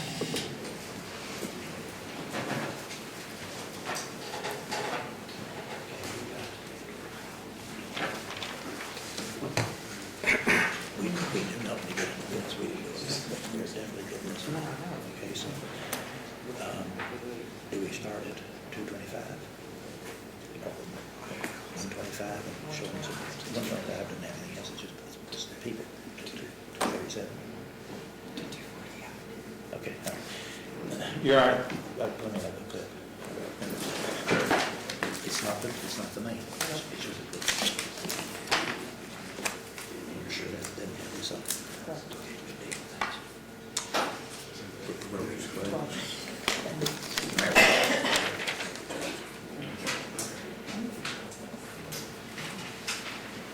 I have marked for identification exhibit number 12, which is a clip from a body cam video that this officer has submitted to us. Have you seen your body cam video? Yes, sir, I have. Okay, and you reviewed it with us?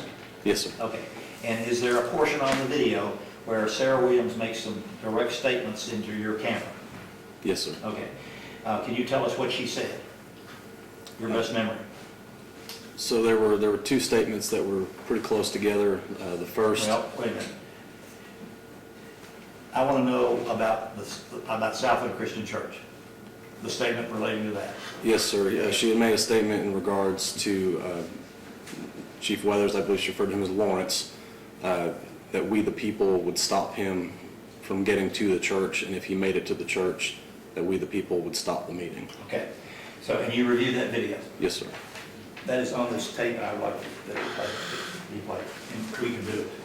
All right, subject to our conversation.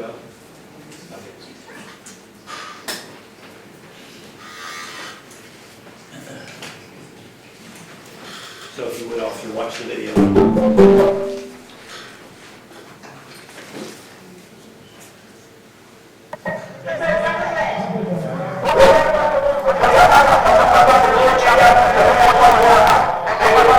All right, now we're going to pause it for a minute. Can you tell us where Sarah Williams is? She is directly, she's the one holding the bullhorn in front of her face. And who's standing next to her? It looks like April Taylor, sir. I'm sorry? I believe that's April Taylor, sir. Okay, all right. So we see two women with bullhorns and one speaking on the right. Yes, sir. And that's Sarah Williams? Yes, sir. Okay.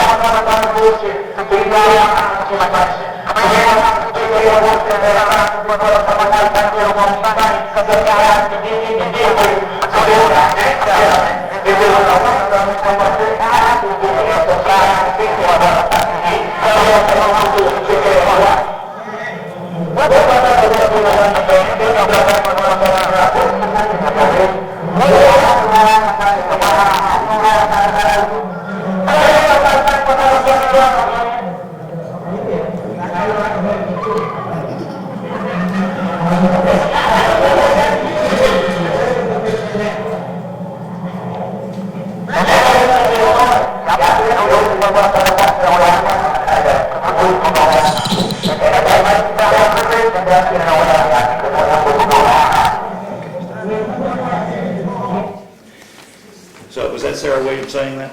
Yes, sir. I move to finally introduce that. Okay. Subject to our conversation, I'm going to go ahead and admit as exhibit number 12. That's all the questions I have. Yes, sir. Yeah, I just watched this video. This is not, if you had the body cam on, this is not you right here, right? That is not me, sir. No. That's another officer, right? Yes, sir. That's another officer leaning on the barricade, right? Yes, sir. I believe you said, now how do you know the difference between April and Sarah? They were pointed out to me as to who they were during the protests, and I was just familiar based on that. So watching this video, how do you know which one's which sister? Because I can see their faces, sir. That's a mission.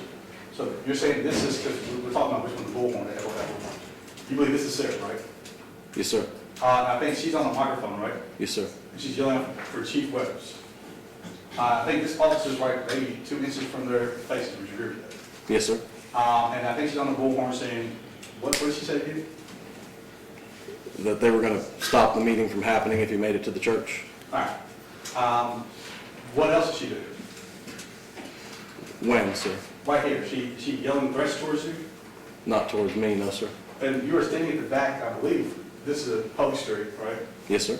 And you work for a police department, right? Yes, sir. A government agency. Yes, sir. And she's yelling, I guess, in the back of will be a concrete wall. Would you agree with that? I mean, she's behind a barricade at the exit of the parking garage, yes. So teach me the structure of this parking garage, the back of it. If I was looking on this street, is it Water Street? What street is it? Water Street, sir. If I'm on Water Street by the library, I'm looking at the back of the police department. What, there are any windows back there? He was doing it till then. No, sir. It's just a concrete wall. Yes, sir. So at this time period, she's behind the police department yelling at a concrete wall. The concrete wall is to the left of her a pretty good ways. She's at the entrance to the parking garage. And there's a parking garage. Would you agree with that? Yes, sir. So hypothetically, if this is the parking garage, and she's yelling, she's just yelling at a brick wall. You agree with that, right? No, I don't agree she was yelling at us. She's yelling at you, I guess, for Chief Webster, right? Yes, sir. And behind you, the concrete wall. It's the wide open parking garage. How many people from the public are in your parking garage? Can you ask the question again? People from the public, citizens. How many people in the public, citizens, are in your parking garage? At that point in time, I don't know what they were instructing people to do and not do in parking in that parking garage. It's typically just police officers. Would you agree with that? No, we have the county clerk's office attached to the Helix garage as well. Were they open during this time period? No, sir. So if they're not open, the employees are not there, it's safe to assume that there are no employees in the parking garage. Probably not, but it is open for the public to use. So I guess when you were doing your intelligence, your detail, you're making sure the public's safe. From your observations, how many civilians are inside the parking garage at this moment? I couldn't tell you. So she's mostly yelling towards the police, right? At that time, yes. I'm gonna say it for the last time. Behind you, it's a parking garage where cars are parked, concrete wall. There are concrete walls, yes, but not one directly behind me, yes. The second question I have is, how many windows in the back of your police department? I couldn't testify to that, I don't know. 1, 2, 3, you don't know? I don't know. What time of day was this? I'm not, that specific video, I'm not sure. It was that night, based on how dark it was probably anywhere between 10 and 1 in the morning. All right, so from your observations, you knew the clerks were probably closed that time period. What other businesses were impacted during this time period of voice? I'm not sure. Well, you agree with me, this is not in the middle of the day. No, sir. During normal operations of businesses downtown. No, sir. This is at nighttime. Yes, sir. And she's talking towards the police at a government building on a government street. Yes, sir. No further questions? Mr. Roberts. No further questions, Your Honor. Thank you, Officer Jones, for your excuse from testimony. Let me acknowledge you, though, sir. Do not talk about your testimony to any other witness who has been called or may be called, okay? So you're prohibited from having those sorts of discussions, okay? Yes, sir. Thank you, sir. You're excused. Mr. Roberts, any other witnesses we can fit in between now and then? I didn't hear your question. Any other witnesses Yes. we can fit in the next 30 I minutes? think so. I guess we can get started. Todd Phillips, please. Todd Phillips. Ladies and gentlemen, as I stated earlier, we're going to try to take a break around noon for lunch, and so hopefully get some more witnesses in through this week. Todd Phillips. Call him.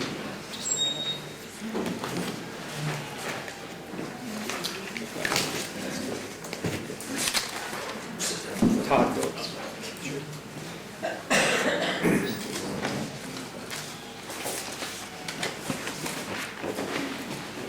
Sir, if you would come forward and be sworn. If you would raise your right hand. You swear affirm to tell the truth, whole truth, nothing but the truth. Yes. Please have a seat.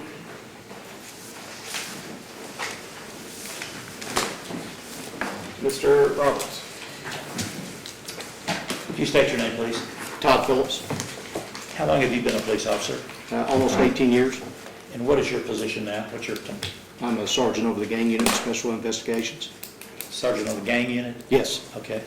How long have you done that? So 16 and a half, 17 of my 18 years? Okay, all right. Were you involved, Officer Phillips, with the protests between the 31st of May and June the 13th? I was, yes. How were you involved? I was a sergeant and assigned to various locations around the police department in the city, just responding as required to whatever the crowd itself was doing. On multiple days? On multiple days, yes. Okay, well, focus on June the 8th, if you would. Were you working the protest that day? I was. Were you assigned a position in the garage at any time? I was, yes. Approximately what time? I believe we were sometime around, I don't remember what time that was exactly. Were you in the evening or morning or what? I believe it was getting towards the early evening, yes. Okay. And what was your assignment to do? So me and my team were assigned to just make sure that the ramp was protected and that the folks that were on the ramp were trying to get into that area just didn't make their way into the garage and have an opportunity to break into the building. So are we talking what entrance to the garage? From the Main Street side? From the Main Street side, yes. Okay, and when the entrance down there, was it blocked off? So when we first arrived, I believe that the barricades were all still up, and that it was pretty evident that nobody was supposed to come into the garage area. How was it evident? The barricades are pretty obvious, and we communicated multiple times with the boundaries as to where everybody could go to do their protest. The garage itself is also clearly marked. It says that no pedestrians are allowed on the ramp, and that only folks inside the garage, and signs are posted on the garage itself, only folks that are parking and using the garage for parking may stay there. Okay, so if somebody wanted to drive in and there's a barrier there, how do they get in? They would have to get permission from us if we had closed it for either an event or if it were something of public safety concern like protests or any other means. Okay, so on this particular evening, on June the 8th, it was closed? It was. Okay, and you were there? Yes. Was there a difficulty with protesters? It was at first relatively calm. As the evening progressed, the crowd continued to push forward up the ramp and tried to make their way into the garage. It became more difficult as the night went on, yes. How many officers were you in control of officers at the top? Just on the ramp. Okay, all right. And how many did you have with you? I'd say 6 or 7. I don't remember the exact number. Okay. Did some protesters breach the barrier, the bicycle barrier? In the front of the garage, yes. Several of them breached the barrier area that was right outside the garage and worked their way up towards us. Okay. And how did they climb over it? Did they knock it down? What happened? I didn't see that part. They somehow got through it. I think, if I remember correctly, it was open. I don't know how it got open, and several of them worked their way in towards the garage. And did you have conversations with them? I did. Now, later on, in the progression of that, did the crowd get larger? Over the course of the night, or the... You may, hold on.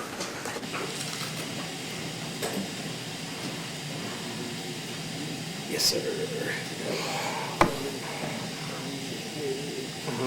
Checking the relevance. At this time, I think he's eliciting another officer, I guess, explain why the barricades are up there with no tie to Sarah Williams. They're not saying that Sarah Williams broke the barricade and went inside there, nor are they saying Sarah Williams advocated for it. I mean, I understand that we have a general explanation for why they did what they did. They've explained it through almost every single witness, and to bring another witness and say someone potentially broke a barricade, the issue is, was that person directed by Sarah Williams to break the barricade, and was Sarah Williams there to break the barricade?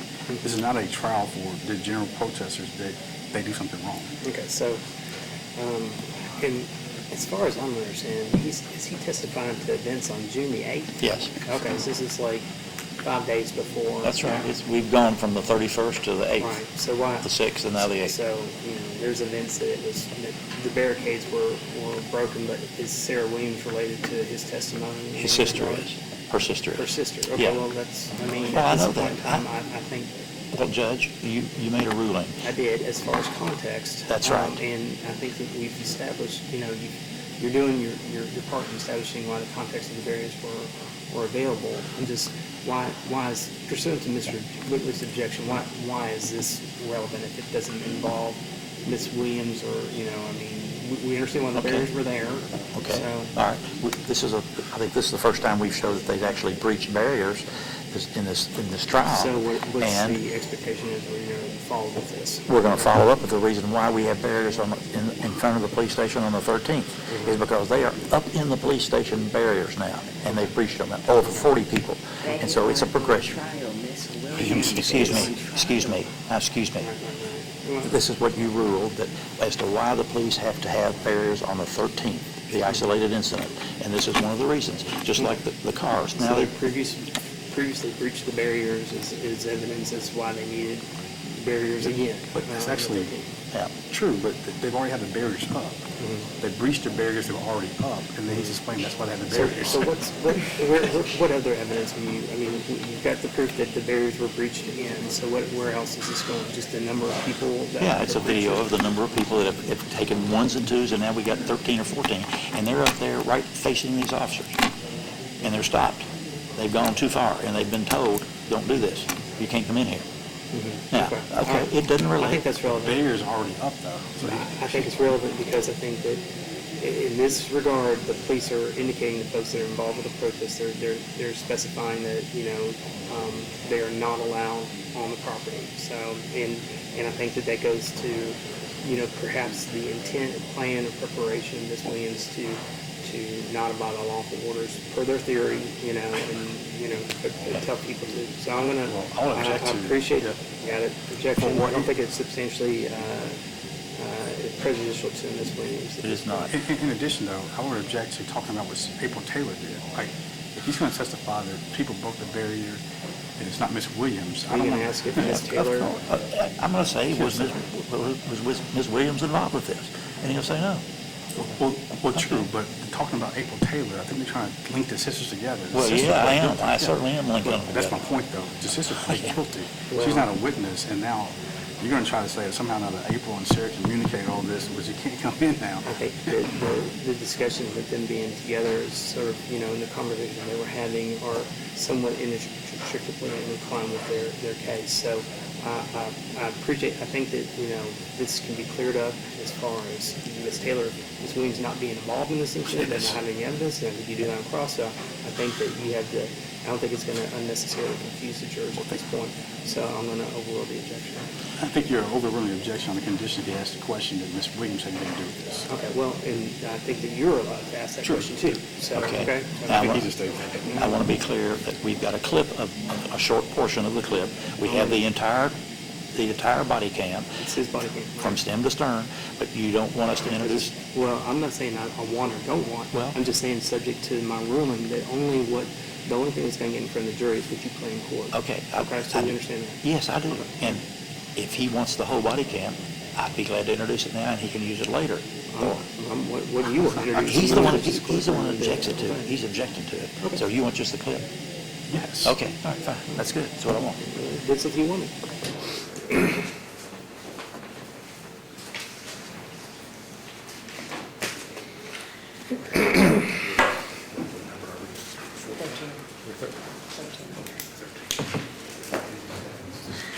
Officer Phillips, have you been able to review your body cam for that evening? I have, yes, sir.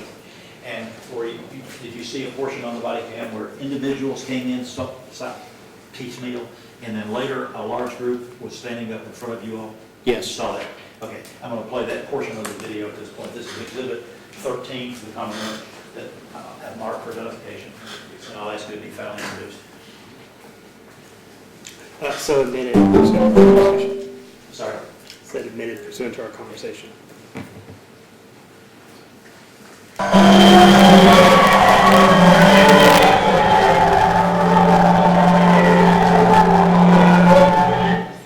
We're going to pause it right there and ask you, we're looking at the backs of people, right? Yes, And you're videoing this from the back behind them. yes. Are these your officers that you're in charge of? That's the ones I'm assigned, but yes, that's who I'm in charge of this night. Okay, where is the entrance? Can you give us an idea there? Sure. So we're standing on the upper side of the ramp, which is near where you pay, and I'm looking out towards Main Street right now. That's the very front entrance on Main Street, and I'm behind this group of officers. So we see two lights between the number 3, in the middle of the two officers, way down in the middle of the video. Is that at the beginning, the entrance? Yes, that's close to the entrance. Okay, all right, go ahead.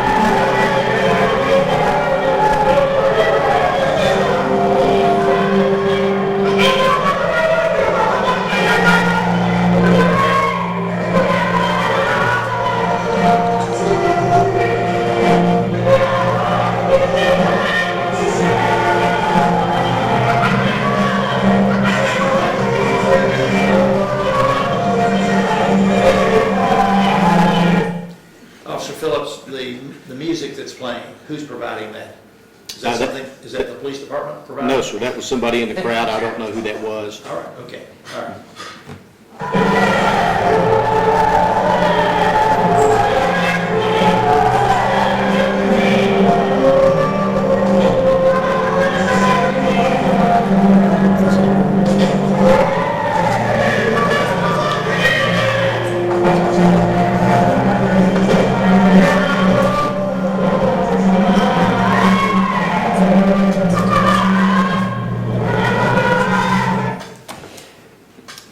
So is this an accurate representation of what you were confronting with the protesters that evening? Yes. No violence, was there? No. No connection at all with Sarah Williams, was there? At some point, either her or sister, but one of them shows up in the video. Okay. You don't know which one? Not Somebody 100%. somebody on a megaphone yelling and Yes. screaming? Okay. Yes. But at any point, nobody was charged with this, is that correct? Nobody was, no. And certainly Sarah Williams wasn't charged with this. No. Were all of these people violating the law of coming up in that driveway, that entrance, past those barricades? Yes, everybody was committing the law of trespassing at that point. Did you arrest anybody there? We did not. Why not? Anytime we work a large crowd like this, whether it's after a basketball game or any event within the city, arrests are very strategic and are done through various chains of command.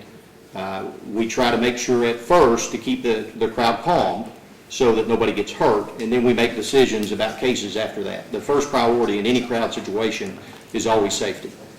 So unless it's an emergency, even at my level, I'm not able to make the call unless it's an immediate danger right then and there to make an arrest. That has to go through decision-making process. So what eventually happened here? We had several discussions. I spoke with the young man there a little while one-on-one. We talked with various folks of the crowd. They would go back to the entrance, come back and forth, challenge us just in our thinking and in trying to get further into the garage. As opportunities came about, we would move forward some so that we continued to not allow them to get too deep into the garage where anything could happen with vehicles or breaking into the structure. And we just continued this up until we were relieved. Okay. That's all the questions I have. Ms. Williams? You're telling me these people were challenging your thinking? Yes. Right? Your policing, Yes. how you view them, how you treat them. Those were some of the questions. Yes, sir. Well, is that against the law? The questioning part was not. The trespassing part was, but no, the questions were not. And what date was that trespassing sign put up? Now that I do not know. Well, I'm confused, because you're telling this jury that it was put up that date, that they were right there, put up sometime in between those dates, was it not?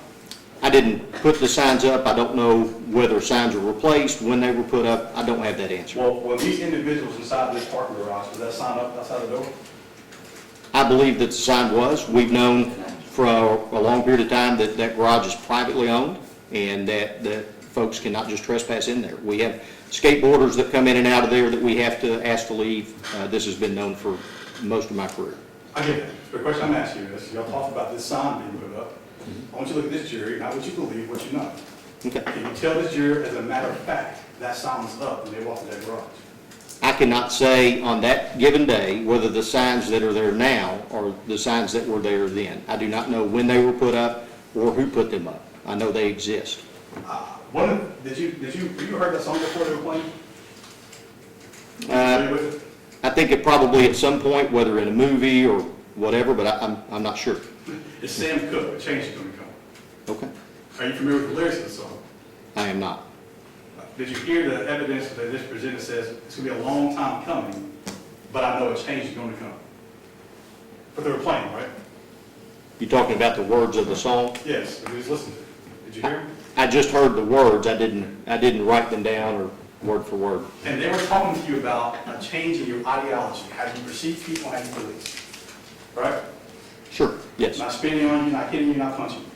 No, nobody was at that point putting any hands on any of us. All right. And then I think one of the things they kept talking about, though, is that you said one of the sisters showed up. Which sister showed up? I can't say for sure which one of those was. I'm just saying, my client's on trial. Can you tell this jury that this woman right here showed up? Like I said before, it was one of the sisters. They're very similar in appearance. I do not know which one. So that yes or no? I cannot say no.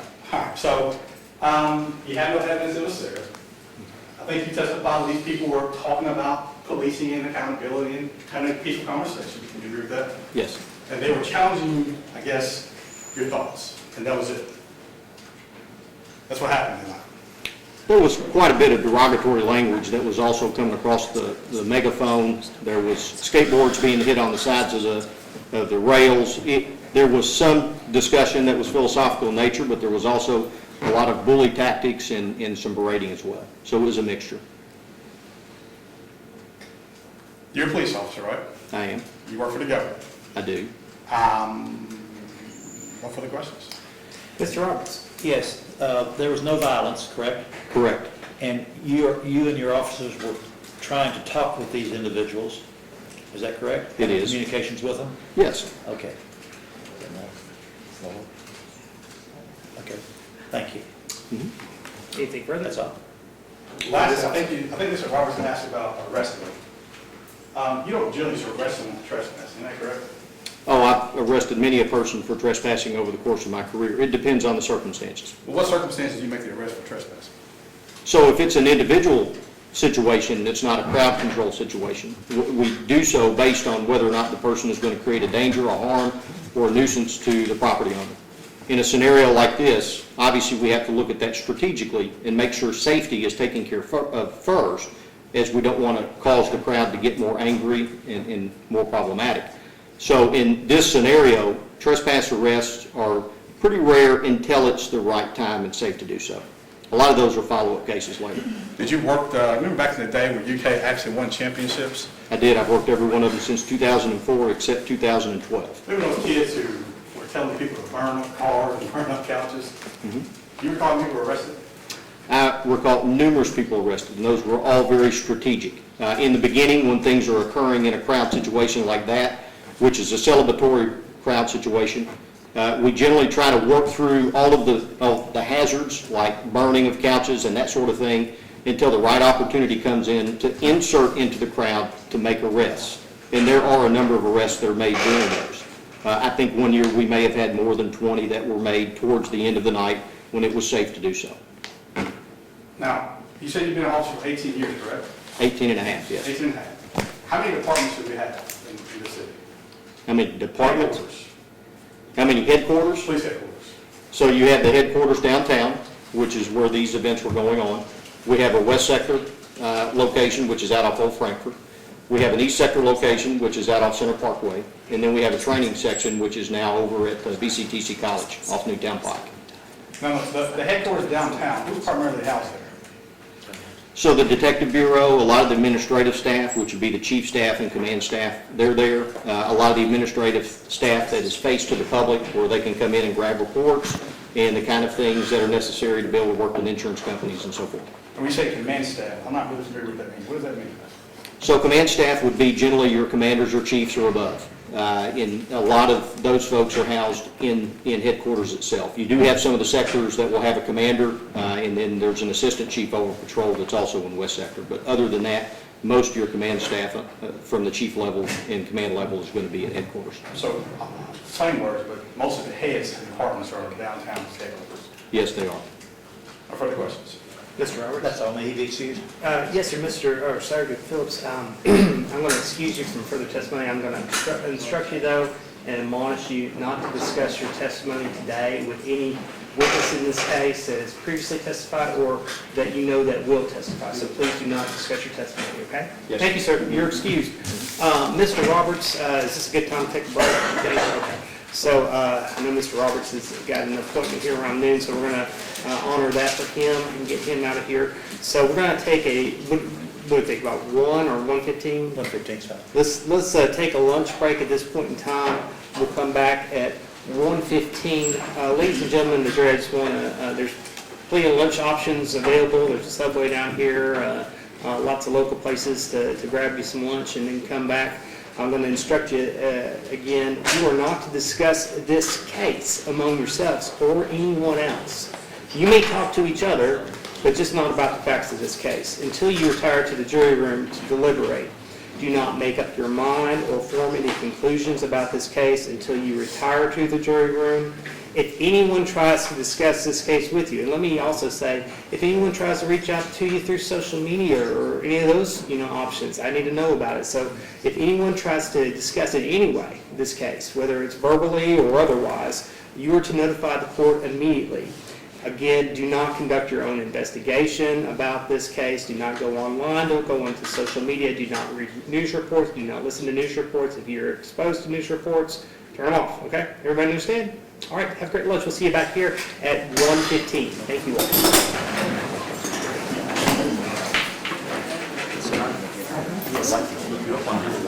Oh, yeah, I'll tell you what, why don't I do this?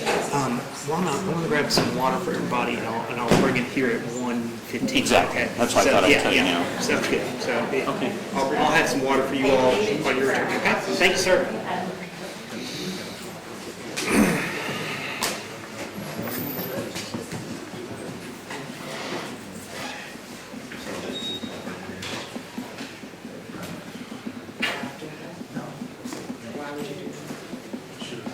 That came second.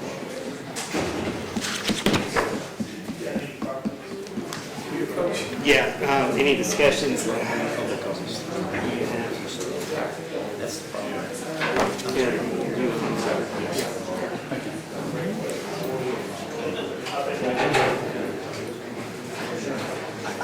don't know how many more weeks we have left, but I will make a standing objection. We're going to keep calling officers to talk about the barricade.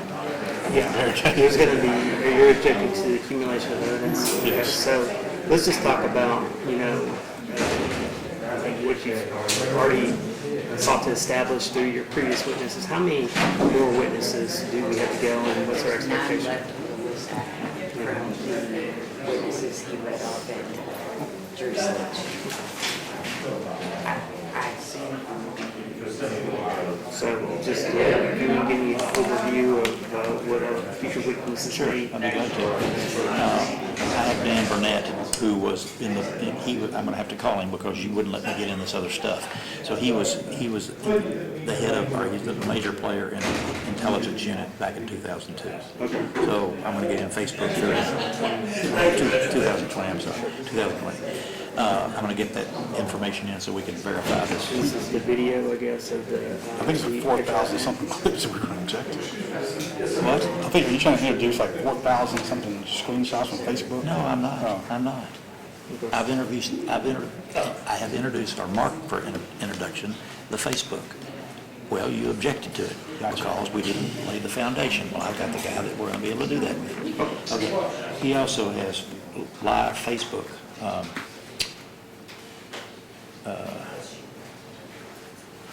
I think he's got live Facebook testimony about from April and April's live stream, but I'll find out about that for sure. We've got